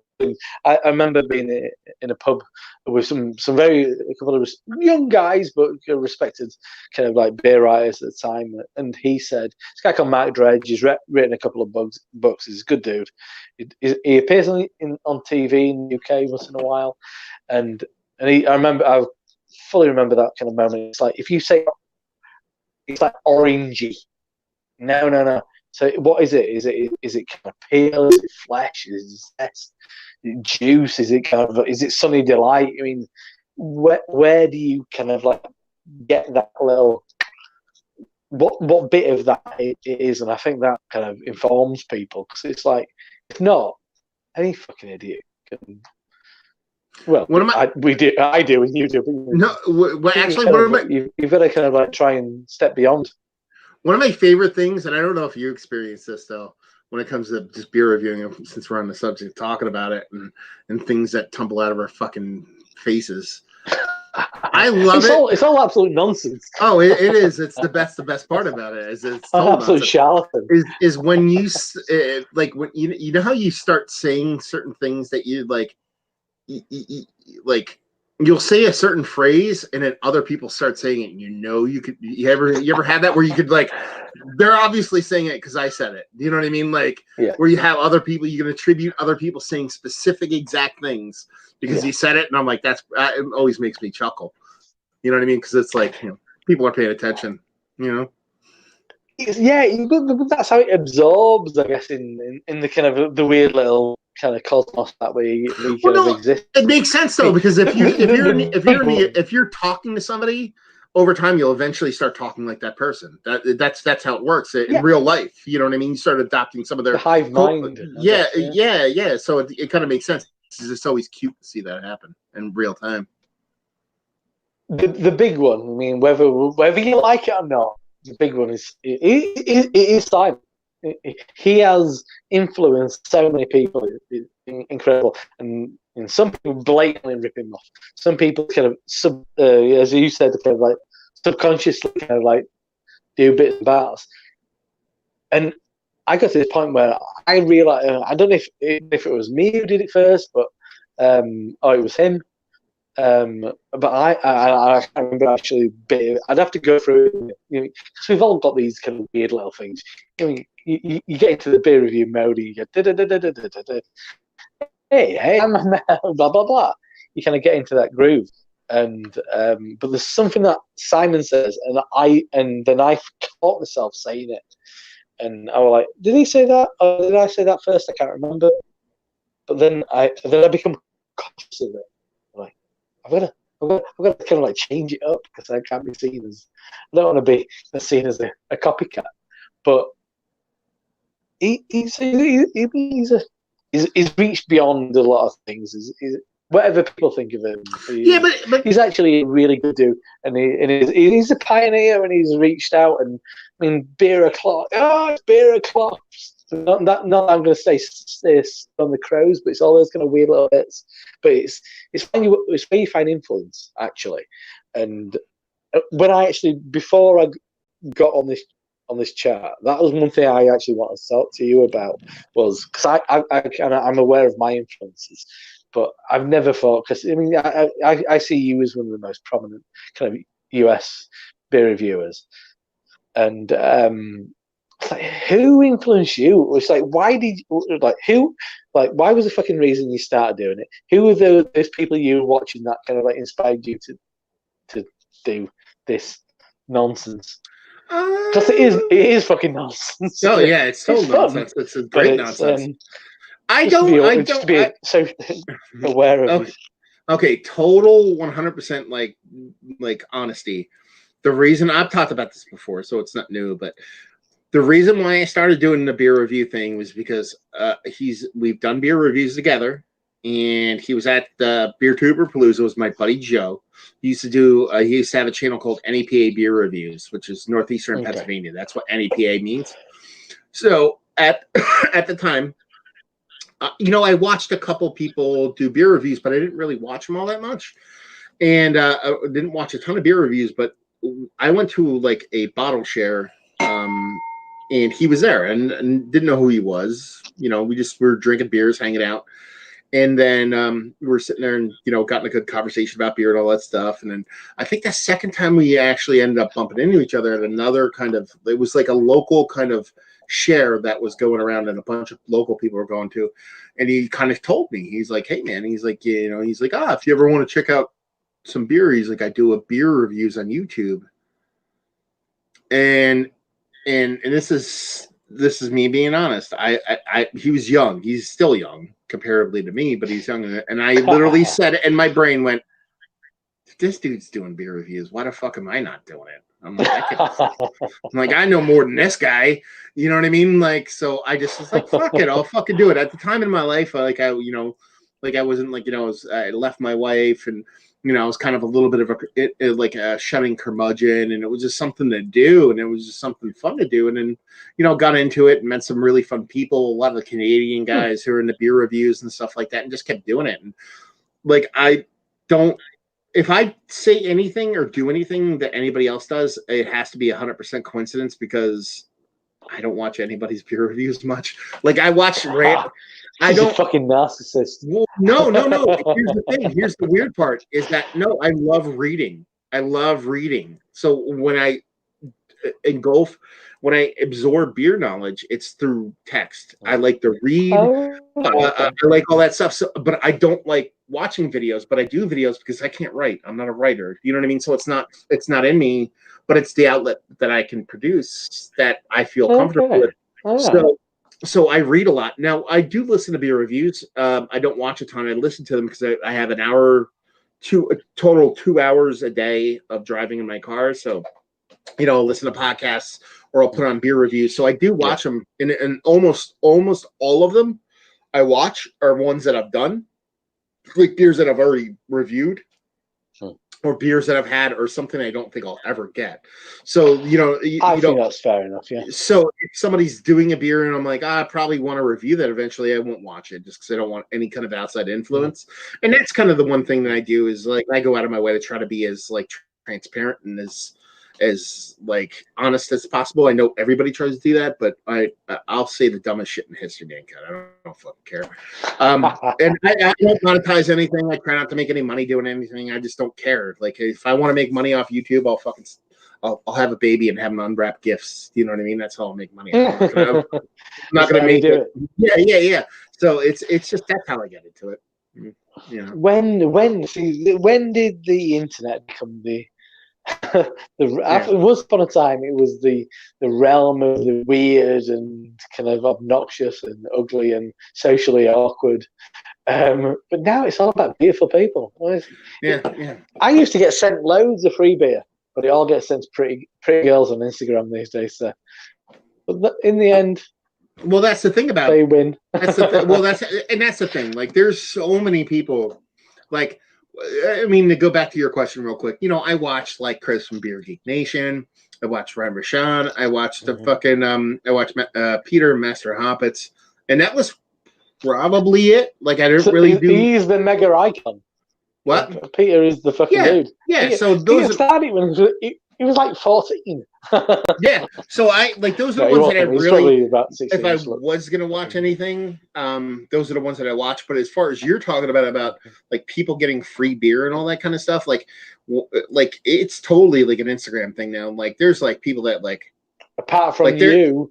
Well, that's the thing, though. It's weird. It's a weird thing, and I'll touch on that real quick. But it's like I think it's an American thing. I think it's a very American thing. No, because I don't think it is. Because I think it's just how shit's presented. So, like, I get my fair share of free shit, but like when I first started like getting free stuff, it was a combination of viewers sending me stuff or me actually. Like, I would like write a beer company, be like, "You should send me free shit."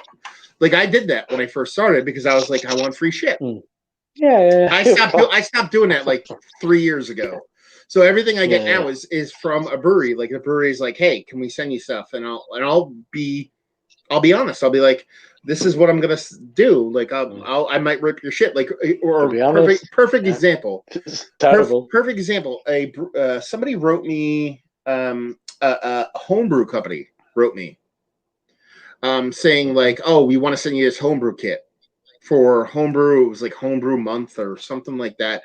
And it's like, and basically how the kit worked. And it was really smart the way they set it up. But what it was they sent you off the grains, the hops, all that stuff. But it was like a hybrid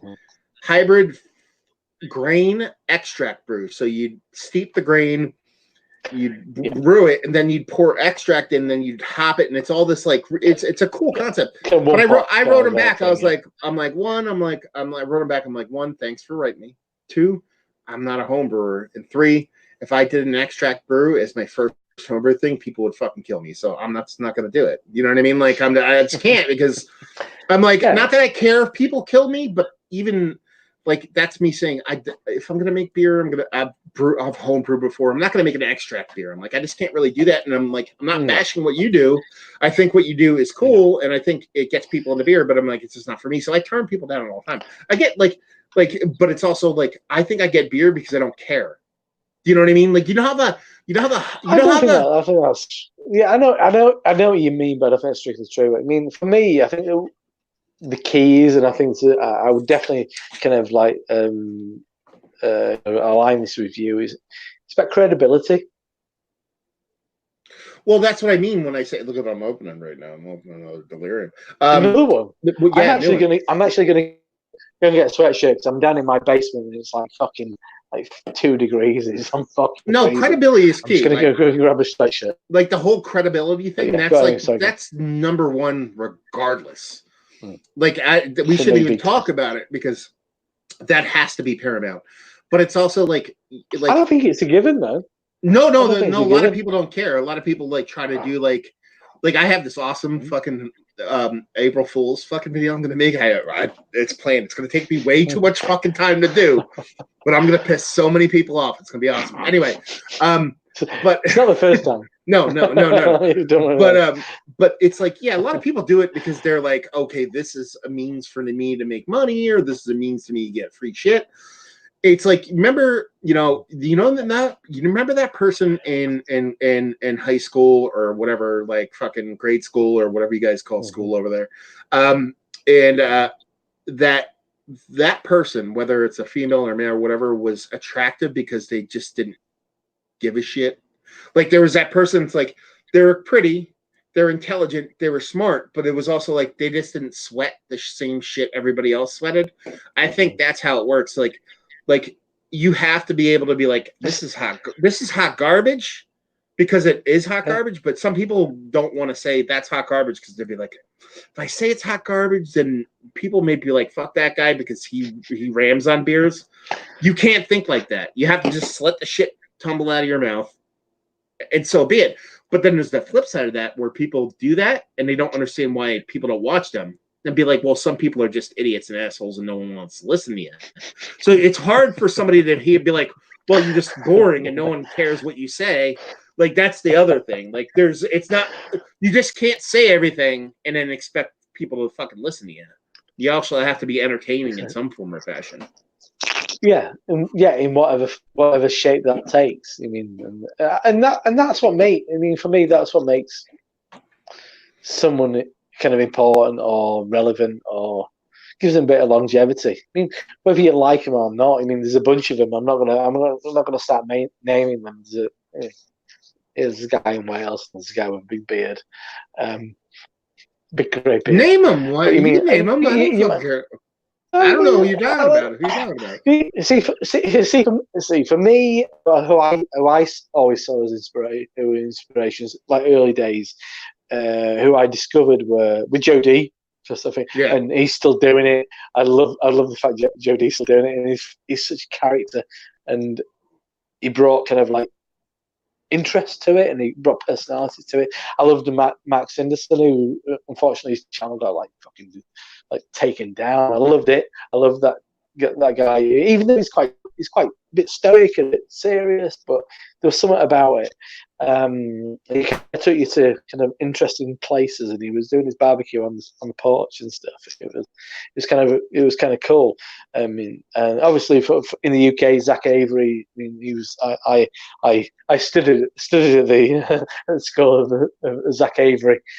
I mean, he's, as far as the UK guys, he's the godfather, and a wonderful person, lovely man, and he doesn't do it anymore. He's got a lot more things going on, but you latch onto characters. I loved Mark Starr at the Hoppery. That he was my he was my guy.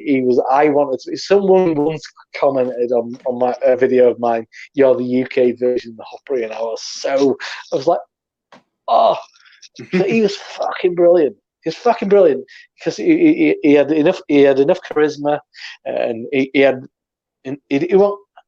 This is like pre-hype beers. Yeah. But he had the beers that you wanted. He were like, if it would be, it'd be like Panaput and West 12, and then he'd have kind of like from America, it'd be all the important ones. He was all about Hop Slam. When I think of Mark Starr, it's Hop Slam. He kind of made Hop Slam important. I mean, we want to get it. We did. I mean, well, in those early days, we found a way to get a bottle of Hop Slam, but people made beers important back then. But I think maybe the culture's changed a bit, because it's like kind of like all the kind of weekly releases. They're so kind of intermittent and interchangeable, and maybe importance has been lost. You know, I want that beer. I want Stone Ruination. I want Ballast Point Sculpey. But maybe it's because of the proliferation of beer. I mean, there's so many more beers to kind of like seek out than the ones before, maybe. I don't know. Yeah, it's weird. It's weird. Like, you can get the core range later. Shit. The what? Core range. The demise of a core range. Yeah, it's weird, man. Like even like people, like there's this one kid And this happened a bunch to me just because, like, from doing beer reviews and stuff like that and actually going out and, like, I go to, like, people recognize me when I go out. That's pretty common for me to go out and be like, hey, blah, blah, You blah. are quite, Especially if yeah, it's, you can stand out, yeah. yeah, I mean, unique guy. And plus I'm like, I'm going to breweries. I'm going to beer bars. And like, this happens a lot. Who's that And this sexy is, dude? yeah, well, yeah, I'm fucking hot as fuck. Come on. And like, and this is super common to where, like, and this is, I always find this really funny is like, I'm fixating on this one particular kid. This like kid just got into beer. I didn't know him, never met him before. I went to like a local bottle shop when I lived in Pennsylvania, and he actually said, he's like, hey man, he's like, I watch your reviews, and he's like, I really like and like all that stuff. And I end up spending like 40 minutes hanging out with the kid. You know what I mean? Like talking about beer, and we're kind of going around looking at beers and all that stuff, and kind of met up a couple times and drank beers. But now it's like he's he's only in the super cool beers, and now I'm super lame. Like he's like he hasn't said it outright to my face, but like I'm lame to him because I like in just like it's old cool. man, Yeah, boring beers. yeah. It's just like, oh, it's like but the thing is, I'm not lame to him. The cool thing is to not care about anything. You know what I mean? You're like, I've had that before, whatever. Who cares? Who cares what you think about it? I've had that. I had that like 2 weeks ago. I don't give a fuck. So it's like to see people go from be like, you know what I mean, into shit, then whatever. Anyway, let's get back to comments. Oh, Instead of Wales, bro. Yeah. I'm gonna go for a piss. I'm Okay. gonna get a sweatshirt. It's getting mega cold, and then I'll go grab another beer. There you go. Let's see what we have here. Carson Blaylock. It says hard to beat New England because of Matt's point. Everything is so relatively close. That's true. Caleb says, if Maine is the place you have to go to, Navari Rest Bar in Portland. Awesome place. Love Navari Rest. Sometimes you guys will actually see me use the Navari Rest glass. The story behind that, I've told it before, but I'll say it real quick here, is that I went to Portland with my buddy George. We went out there and went to a bunch of different places, went to Navari Rest on a fucking super snowy night, went there and just started drinking like craziness. And if you ever actually go in, we were already pretty lit when we got in there, but if you go to Navari Rest, it's kind of like low ceilings, really dim, whatever. And the bar kind of snakes around a little bit, but it's all hard corners. And if you go in the back left-hand corner where the bar is, it's like there's a big pillar kind of stuck right where someone would stand in the bar, so it kind of separates that corner. Like the bar goes for a really long period, and there's a pillar up against the bar, and the bar goes and curves over. And there was one solitary dude kind of sitting in that little nugget, and but there was a little bit of space around him, so we all kind of jumped into that space, and we just started drinking. Like we're like, what do you got? You know what I mean? Cantillon, fucking crazy old Belgians and shit like that, because that's how Navari Rest rolls. And this old head, this dude that was like in the nugget next to us, was like an old head. He was probably in his late 50s, early 60s, drinking by himself. We'd get like, okay, give me Fafoon, fucking let's chug some Cantillon. Every time we did that, I'd pour an extra glass and just give it to that guy. I have no idea who he is. And we drank for like 2 hours, and I was just feeding this dude like lambic and fucking Belgians and shit like that. And the dude's like, he's like, you shouldn't do this. You're giving me, this is expensive beer. And I'm like, I don't care, motherfucker. And, and then we went to go leave. I was like, take care, buddy. Enjoy your night. And he ended up buying me a glass. And if I use the Navari Rest glass, I usually use it for like a big Imperial Stout. That's why I have that glass. Cause I got that dude hammered and he bought me a glass. So that's the story. We'll save the football, because Max was asking Hobzine if he supports a football club. We'll get back to that one. Jordan Stevens, is the trip to Treehouse worth it? It is. I wouldn't go out of my way to go there unless you're a can or a bottle seeker, because unless you go on a Saturday, you really can't drink there. So you're getting cans and going. There's a great barbecue place down the road, BT Smokehouse. It's like right next to it. You can drink there. So you can take your cans and go drink there. Some people say BT sucks. It doesn't suck. It's just maybe not as good as your place, but it's really delicious. So it's definitely worth going. Let's see. Can beer reviews. Great to see two iconic beer reviews together. I see one. I don't know where the other one is. Let's see. Treehouse is worth it even if you were 3 hours away. It's worth a trip. Incredible brewery. Treehouse for sure. I see a Brit with an orange shirt, and I think Hull City right away. Maybe. If you had access to any New England good hazy IPAs, that's what I would recommend. But I hated IPAs until I tried New England IPAs. That's what really got me into hops. And honestly, I'm much the same. West Coast IPAs weren't my jam. I appreciate them. You weren't my jam. I really do, in the grand scheme of things, when it comes to IPAs, enjoy East Coast, more specifically New England style IPAs. In my opinion, any IPAs are a great introduction to hops with some of your old school bitterness. Matt, I need to write that itinerary at me. Michael Gibson, Matt, I need to write that itinerary out for me. Oh, write it. Oh, WIRT. That's why it was hard to read. Mount Red Sioux. Keith, what are you trying to say? Sign me up for the beer lover weekend itinerary. I'm all about that. Let's see. Carson. Juice 4. Nope. They're specifically focused on. Let's skip that. Eagle Brewery. Now brew all of Wells and Young beers. I've not seen Russian Imperial Stout for a couple of years anyway. Really awesome intro to the hoppy beer style. That new foreign, Matt. Rob is awesome. Someone said Rob is awesome. Go sub if you haven't already. That's one person. Yeah, it's fucking. He's skipping all those comments. It's Craig. If we need someone to ramble about nothing, it would be Hopsine. Congratulations. Burning Beard is lighting you up, man. That dude hates you. Who is this? He's from the West Coast. And Carson's like, chill. Rambling ease off a bit. Gary Dyke's up in here now.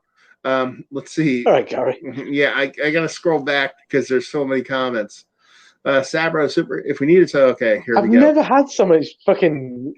Yeah, you're getting trolled live. You're getting trolled live. It's fucking. All in all, this is a success, even if it was late. I think this is when I started to disconnect. Using a hotspot to stream, massive beer reviews. I explained all that shit. So it's Chicago. Wow, what a collab. Gary Dyke is talking about chaps. We needed to do an anniversary trade. Oh, Gary, we should do another trade. That's what we should do. Yeah. It's expensive, but worth it. I really enjoyed the beers that he sent off. And Putty from fucking was it Verdant? Mm-hmm. They put my fucking what I said on about their beer on their label. Yeah, they did. So that was fucking crazy. Yeah. When I saw him around that time, I'm like, it's like you and Peter. You put my friends kind of comments in the back. It's like, who's that? It's like Matt from Massive Beer. It's like, that guy. Gary Dyke is Crispy Boys better than Hayes Bros. See, this is actually something I'd like to talk about. We'll save that till I get to the end of the comments, just because I want to get through them. But we'll save that for a second. Gary Dyke, is Rob using a 1980s dial-up modem? Kind of looks like that, but modem noise is intensified. That's pretty funny. It's StreamYard. It's really,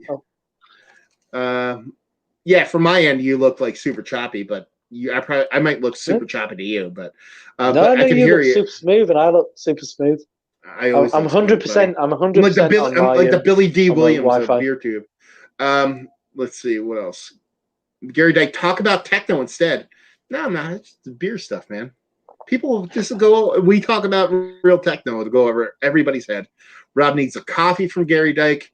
To each their own. I'm just done with them. Not sour enough for me. That is C. Bach talking about kettle sours. Yeah, I can get that. It is nearly 12:30. I have not had much sleep this week for a number of reasons. Here you go. CB. Doing okay. Okay. Let's possible to keep up. Okay, let's go here because this is a good one for you. And yes, Gary, I know you said Putty. That's why I appreciate it, brother. Someone said C.G. Bach, who sent me a beer before. He said, "Is the craft beer scene in Europe as out of control as it is here in the United States?" But you would have to be here in the States to understand the difference. Yeah. You know what I mean? That's probably the big difference. No, it probably is. I'd say England is probably. Obviously, that's the one that I inhabit. I think it probably is to a certain degree, but just as far as per capita, it would be a bit more exaggerated in America because it's just a lot more people. Yeah. But yeah, it's unrelenting. It's like every week, fucking like at least 2, 3, 4 releases from each brewery of slightly different variants of the beer that they've released the previous month, which is fun. I mean, it is fun, but it's dizzying, and it's how kind of what actually kind of gains a bit of traction. I've never really thought about it to a great degree, but I think it's like, why is the need of I think it is to do with consumers. Everybody if you walk into a bottle shop, you want the new stuff on the shelf. You don't want to pick up a shelf turd. You don't want to pick up something you've had multiple times. You're there to pick up a new beer by your favorite brewery. And I think that kind of, so it's that cycle of the kind of the market being fed by the producer, dictated by what the market demands in that sense. I don't know. I think that's very much. I mean, even now we haven't got much dark beer in shops. I'll go in a shop which has got like 500 beers, and everything's fucking hoppy or flavor, like a fruited salad. Yeah, I mean that's the way it is in the United still States not much dark too. beer. Yeah, that's the way it is in the United States too. It's just that like I made the joke earlier about England being like 15 years behind. Like, and more often than not, the United States is always behind England when it comes to a lot of different things. When I think in the way beer runs nowadays, England is about like 2 to 5 years behind as far as the way beer is produced and what people are doing. It is. I mean, as far as what I see is happening, because I don't see you guys. I don't see the crazy super pastry stout thing. You guys do it, but not as crazy as the United States does it. What? You're giving me the roll eyes? No, I'm like, dude, it's crazy here. It's crazy here. Okay, it's dying off. We've gone beyond it. We're kind of like, it's dying off. Okay, farmhouse ale, crazy farmhouse, like saison base, New England mixed based farmhouse, like Hill Farmstead level shit. No one does that in New England or in England. I meant, as far as I know. Do you know what I had? Like Hill Farmstead, De La Seine, fucking Degard, Side Project. None of you guys do that, and that shit is about 4 or 5 years behind. No, I shouldn't say none of you guys do that, but as far as completely. I mean, maybe it's a brewery that you're aware of. There's a brewery called Burning Sky who are absolutely world class.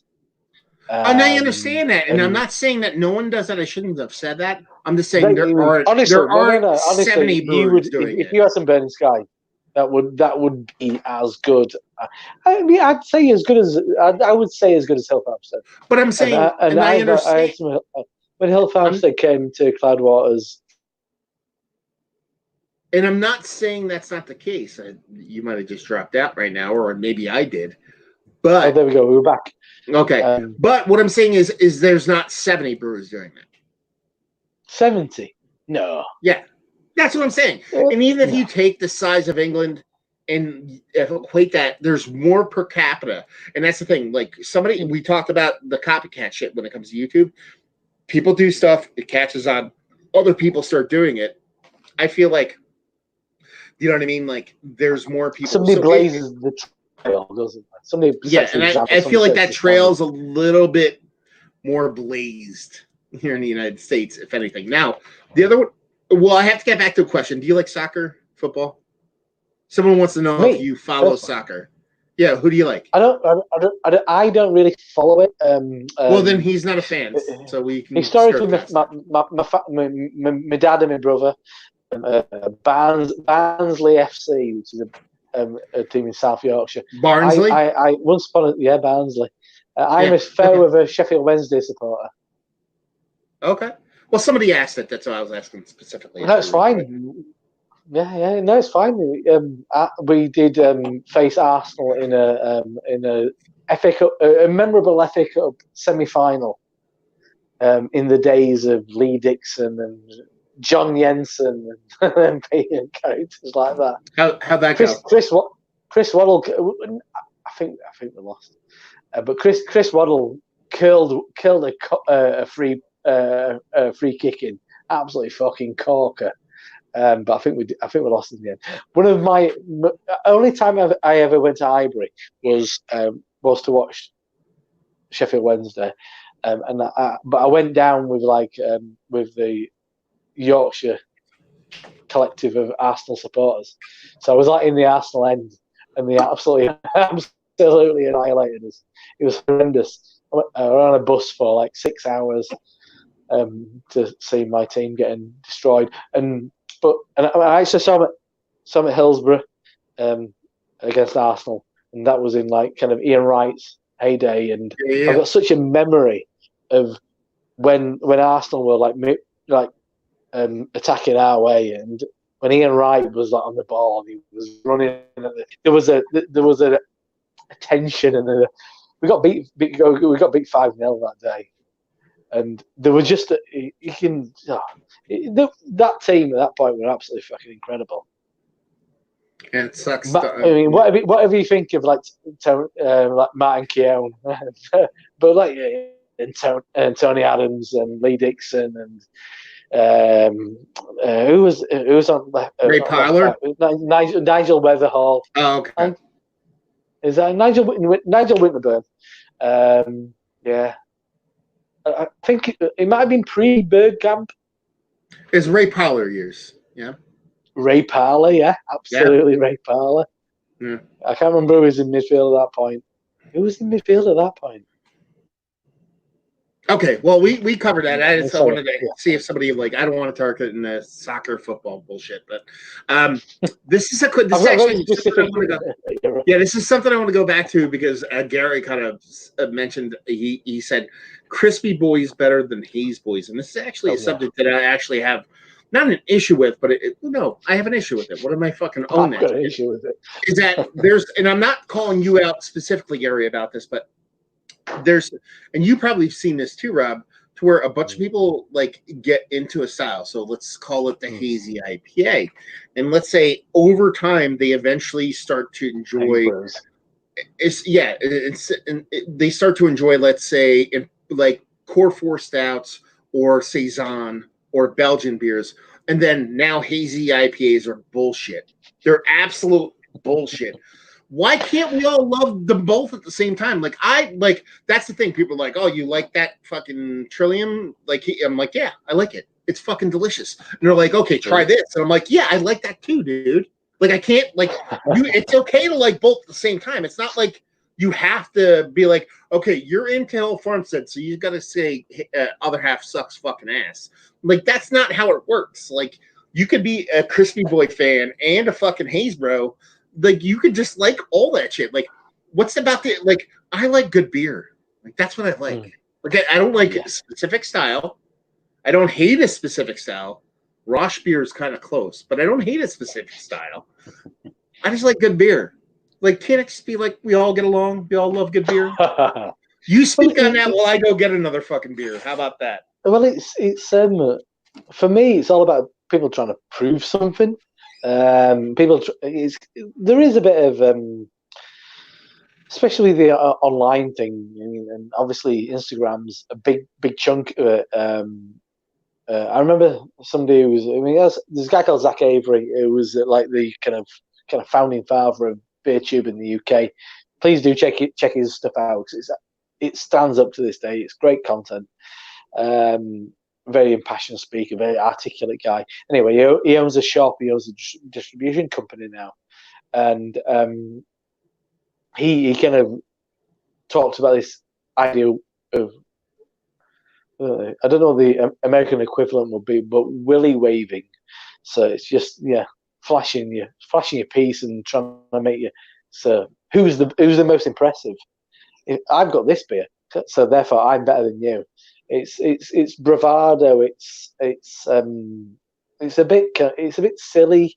I think it's a bit unnecessary a lot of the time because everybody likes what they like. At the same time, I'd say there's that old adage of something being.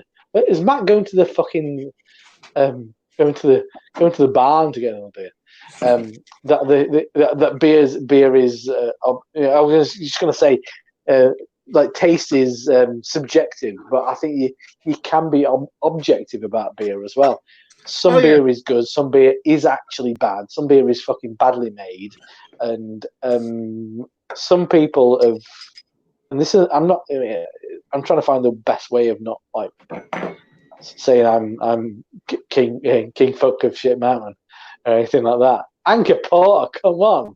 Look at that fucking. It's a great beer. It's a beautiful beer. It's fucking awesome. I fucking love Anchor Porter. We've not seen that for a while. Anyway, but I think people have got the tendency to kind of online. It's like, I know more than you. I'm better than you. I'm more connected than you. But enjoy what's in front of you. I mean, for me, and this is something that comes with time and kind of attitude and opinion. It's like, do you know what? The best beer I've got is the one in the glass, unless it's shit, and then it's shit.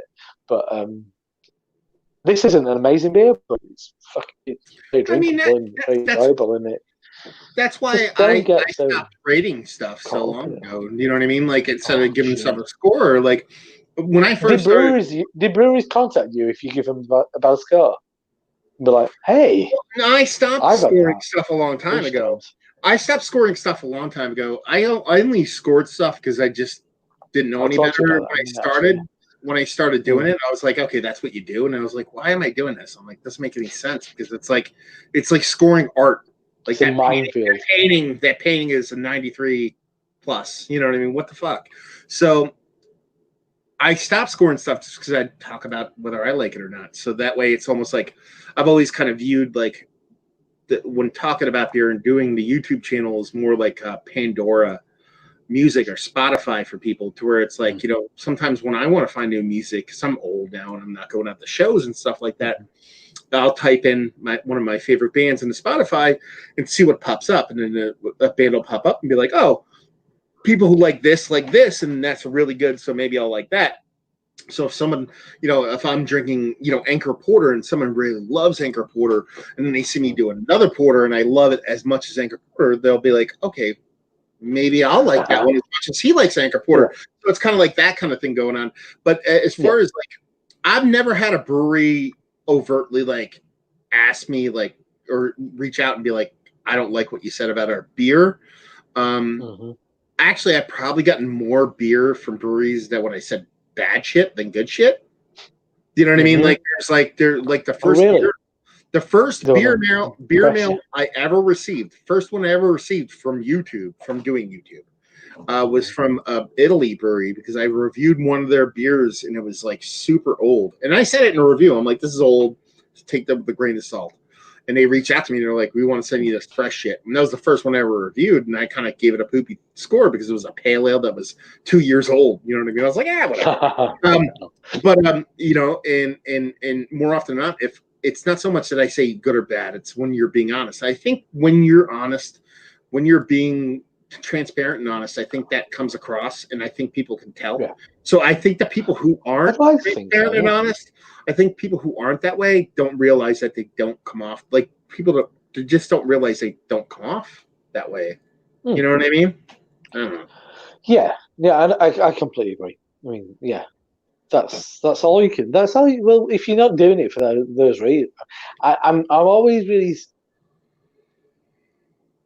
wary of people who are doing it for the wrong reasons, because you know what, you're not going to fucking make any money out of this. I mean, there's a few who make a little bit of money. I'm sure you make a little bit of money. I've not made anything for years. I don't monetize anything. I don't monetize at all. So I mean, I get free beer, but once upon a time, I made like £65, and I bought a pair of jeans, and that is what I've got to show. If I click nearly 10 years of YouTube. Yeah, if I monetize my beer reviews, I'd probably make like $100 to $150 a month. That's what I would make. You know what I mean? Like, which I'm not going to shake my head at. Like, I would love to have an extra $100, $200 a month, I would love that. But no, I'm not going to do that shit because no, it's not for me. No. But here's the other thing: if some weird, crazy thing happened, it's not going to. But if something happened where I started to get 1 million views a day, I'd totally fucking click that button and monetize. I'm not above You're that. Stupid. Yeah, I'm not stupid. I'm not above that shit.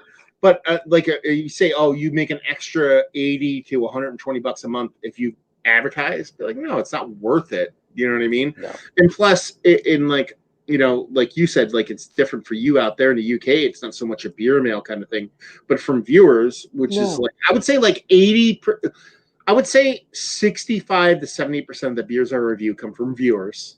That's that amazing. send beer mails, which is, dude, it's beyond amazing. It is amazing. I mean, it's beyond amazing. I think the big thing, I think the big difference is, obviously we're a very small island, and because of how the kind of distribution network works, you can buy it online from multiple online shops. You can buy it direct from multiple breweries, and buy that from, if you're in fucking Cornwall or the Outer Hebrides. I mean, you can buy those beers, but it don't work like that in America.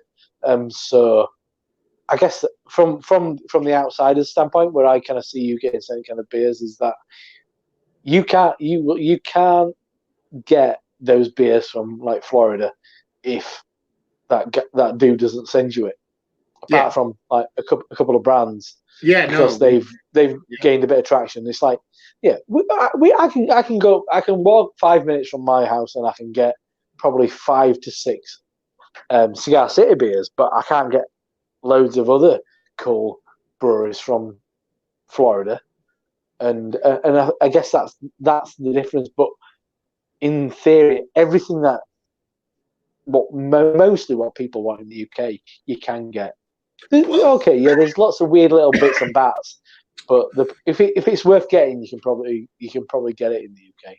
Wherever. Well, what you're saying probably makes sense, because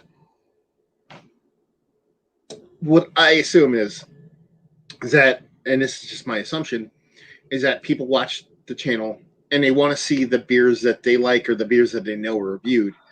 Whereas the same thing probably happens for you, but all the beers that you can get, everybody else can get. So there's no kind of like massive exclusivity to the beers. Whereas like somebody else that would, like someone from Florida, I can't get those beers. So they want me to review them just to kind of see what my thoughts are about it. That's why I get sent.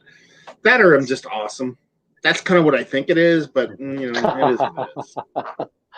Yeah. Modest too. Modest. Yeah, you probably very modest. Absolutely. Okay, let's go to the comments and we'll see what's what.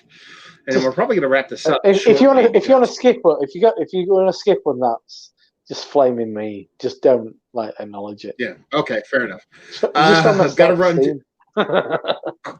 So let's see, what do we have here? I'm trying to find out where we left off because this thing actually moves on its own. I heard someone said snowflakes. Okay, whatever. I hate that shit. Nope. Holy shit! I have to keep going back. Good God. Okay. And NAPAs are a great introduction. Eagle Brewery. We went through that. New foreign mat. Don't know what that means. I like this new mat. Probably when you were on. Using a hotspot stream. Okay, we already went through that shit. Rob using 1980s dial-up. Gary Dyke asking about techno. Sick of all these kettle sours. Craft scene. Okay, we were Billy D. Williams. There you go. Billy D. Yes, Billy D. Williams. And Jackson. How do you like your? Well, that's a Chris Rock routine, isn't it? Well, I said I was the Billy D. Williams of beer reviews. So, people talking about CBS. You are. Yeah, I am the Billy D. Because I'm smooth. Because you said I was smooth, and I said I'm the Billy. But you said crackhead as well. What are you crackhead as well? You said well. Hey, Colt 45. So you said I was smooth. I said I was the Billy D. Williams of beer reviews. You didn't hear me. It was a while ago. Let's see. Holy shit! This shit scrolls so crazy. Okay, here we go. Great notion And on the Harrison polo. Ford, Gary as Dyke's he's a bit freaking out mumbly. about Gary Dyke's freaking out about beers. Kent Beer Reviews is flipping out about me kind of calling out English beers. Um, Yeah, no, everybody's flipping out take when you I down to talk about it. Chinatown. Yeah, I'm okay with that. Burning beer, crispy boy equals Haze Bros. Gary Dyke throws in. Burning beer, the guy that was fucking with you the whole time goes, fuck Scotch Ale, too sweet for me. Well, you're wrong. That's okay. Grits can't even carry a pea. Sad boys. Burning Beard is just off the rails at this point. Michael Gibson, my favorite hazy IPA. My favorite beer is a hazy IPA. People used to say it's a fad. It's definitely not. It's not a fad. It's too delicious, but Belgian or whatever you left is still irrelevant. History should always be taught or discussed, and that's true. I mean, it's not a matter of saying my beer is better than your beer. It's about enjoying beer. I think that's the most intelligent comment we've had this evening. Yeah, it's okay. Jojo says it's okay. We all disagree on certain beers. You might love 100 IBU IPAs. Nobody loves 100 IBU IPAs. I'm not the biggest IPA fan, but I can drink Dogfish Head 90-minute IPA because of the alcohol is 9%, balance, and bitterness. Burning Beard Hopzine is an honest twat. He called you a twat, so he's going English level on you. Well, it depends what the intonation of twat is. Yeah, you can. If you live in the West Coast, you can't say twat. I don't listen. If I'm gonna take my pair of binoculars and I'm gonna wrap them up in aluminum, I'm not gonna take my binoculars and wrap them in aluminium. So don't say twat. Let's see. Justin Rieger says, "What's your number one beer?" Thomas Hardy, about 10 years old. What about you, Rob? Quick. Ooh. Quick, I can't answer that. I mean, once upon a time, I would have said Parabola. There you go. Good job. Here you go. Anyway, friendships are more important than numbers to me. I don't know. Beer's more important than everything. That's all I know. Anyway, I'm joking. You say cunt weird. Let's see. I live in Oregon. It's ever changing. The cutting edge. For information, I drink Bush beer now. That's the other thing. Drink whatever you want, man. I don't give a shit about what you drink. Like I'll drink. Dude, I have a 12-pack of fucking Miller High Life in my fridge. Come on now. You can buy beers from Cycle Brewing. Yes, you can. You can actually buy beers from Cycle Brewing in Florida and get them shipped up. I know that, so I didn't talk about that earlier. You need better beer than I had shipping one on Thursday night. A Cycle beer? Yeah. A friend had bought it off the Mikula shop. It was kind of like a bit of a Mex cake, kind of like chipotle, cinnamon, kind of like fella. It was really good. It was really nice. Yeah, Cycle makes really good stouts, but I did when they first came out. Not first came out, when they were really big. One of my friends would be able to get like any of it available, and we used to have Cycle shares where we would get like 6 of them, and 6 of us would show up and drink like 6 Cycle stouts, and honestly, they all taste like the same beer. They just taste like the same beer over and over. They do a bit. They've got a very specific character. Yeah. So. Yeah. It is. Yeah. Well, yeah. You want one once in a while. You don't want multiples on a regular occasion. And we have the leader in the clubhouse right now. We have the best comment. I know you talked about the best comment earlier. I like it. The business fairy. That is my buddy Keith. He's talking about those crowlers I talked about earlier. He said, "When are you doing the side by side 32-ounce crowlers? I'm up for dying." So there you go, Keith. We will die together, brother, because it's going to be a hot mess with crazy high ABV stoutiness. Well, I've got no beer left, and I've got 5% of battery, so on my yeah. Well, I was going to say we're almost hitting 3 hours on this, at least for me. You can never get enough of a good thing. No, but always leave them wanting more. That's the key. So we're going to cut it short. Dude, awesome first bottle share. Rob came in late. brought a cool perspective. Ended up being a great conversation back and forth, facilitated a lot of the comments that you guys kind of threw out there. So I kind of really appreciate you actually coming on, man, and fucking sitting here and actually talking and hanging out. It's been a long time coming. Yeah. And the only part is Rob and myself have never talked like this ever up until what, 2 days ago? Until now, really. No, remember the other day? You might have been a little tuned up, but I jumped in. Oh, yeah, very briefly. For a couple 2 days ago. Like 15, 20 minutes. Yeah. Like a week ago, So it's fun to do. So hopefully you guys enjoyed it. We'll probably do this. Like I said, I'm going to be aiming to do another one of these. It'll be about every 3 to 4 weeks. We'll do another one of these. I'm aiming for the Friday after Thanksgiving, Black Friday, basically. We'll go in there. Maybe we'll do Bourbon County because it kind of makes sense for that day because everybody can get it and it's Black Friday. I've got an ball. I've got like a 2012 bottle. Maybe a couple of them. Yeah, maybe we'll shoot for Bourbon County. So we'll see. We'll put it up there. We'll let you guys vote.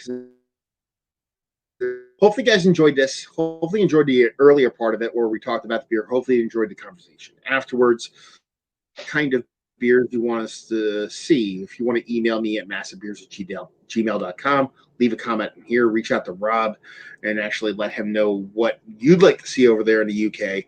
That would be pretty awesome. Basically, just thank you guys for showing up. We're usually peaking between, anywhere between 16 to 30 viewers the whole time. We had comments out the wazoo. Pariah Brewing jumping in at the end here, actually saying we're troopers. Yes, we are, but not the horrible Robinson Troopers. That is a horrible beer from Robinson Brewing Company. I had a Pariah and Other Half collab in Manchester a couple of weeks ago. Really? Yeah. Was it Space Ghost? Something like that? Would it have chilies in it or something? No, it was double IPA. Anyway, so I don't mean to derail you, but because you're on a wonderful stream now. Well, get back on it. Anyway, so we'll put up the beer next time. Like I said, aiming for the day after Thanksgiving. We'll shoot for then. Hopefully, you guys enjoyed Rob kicking in. Hopefully, you guys enjoy your Delirium Tremens. Hopefully, you're enjoying a beer right now. Hopefully, see you next time. Check yourself before you wreck yourself. What, son?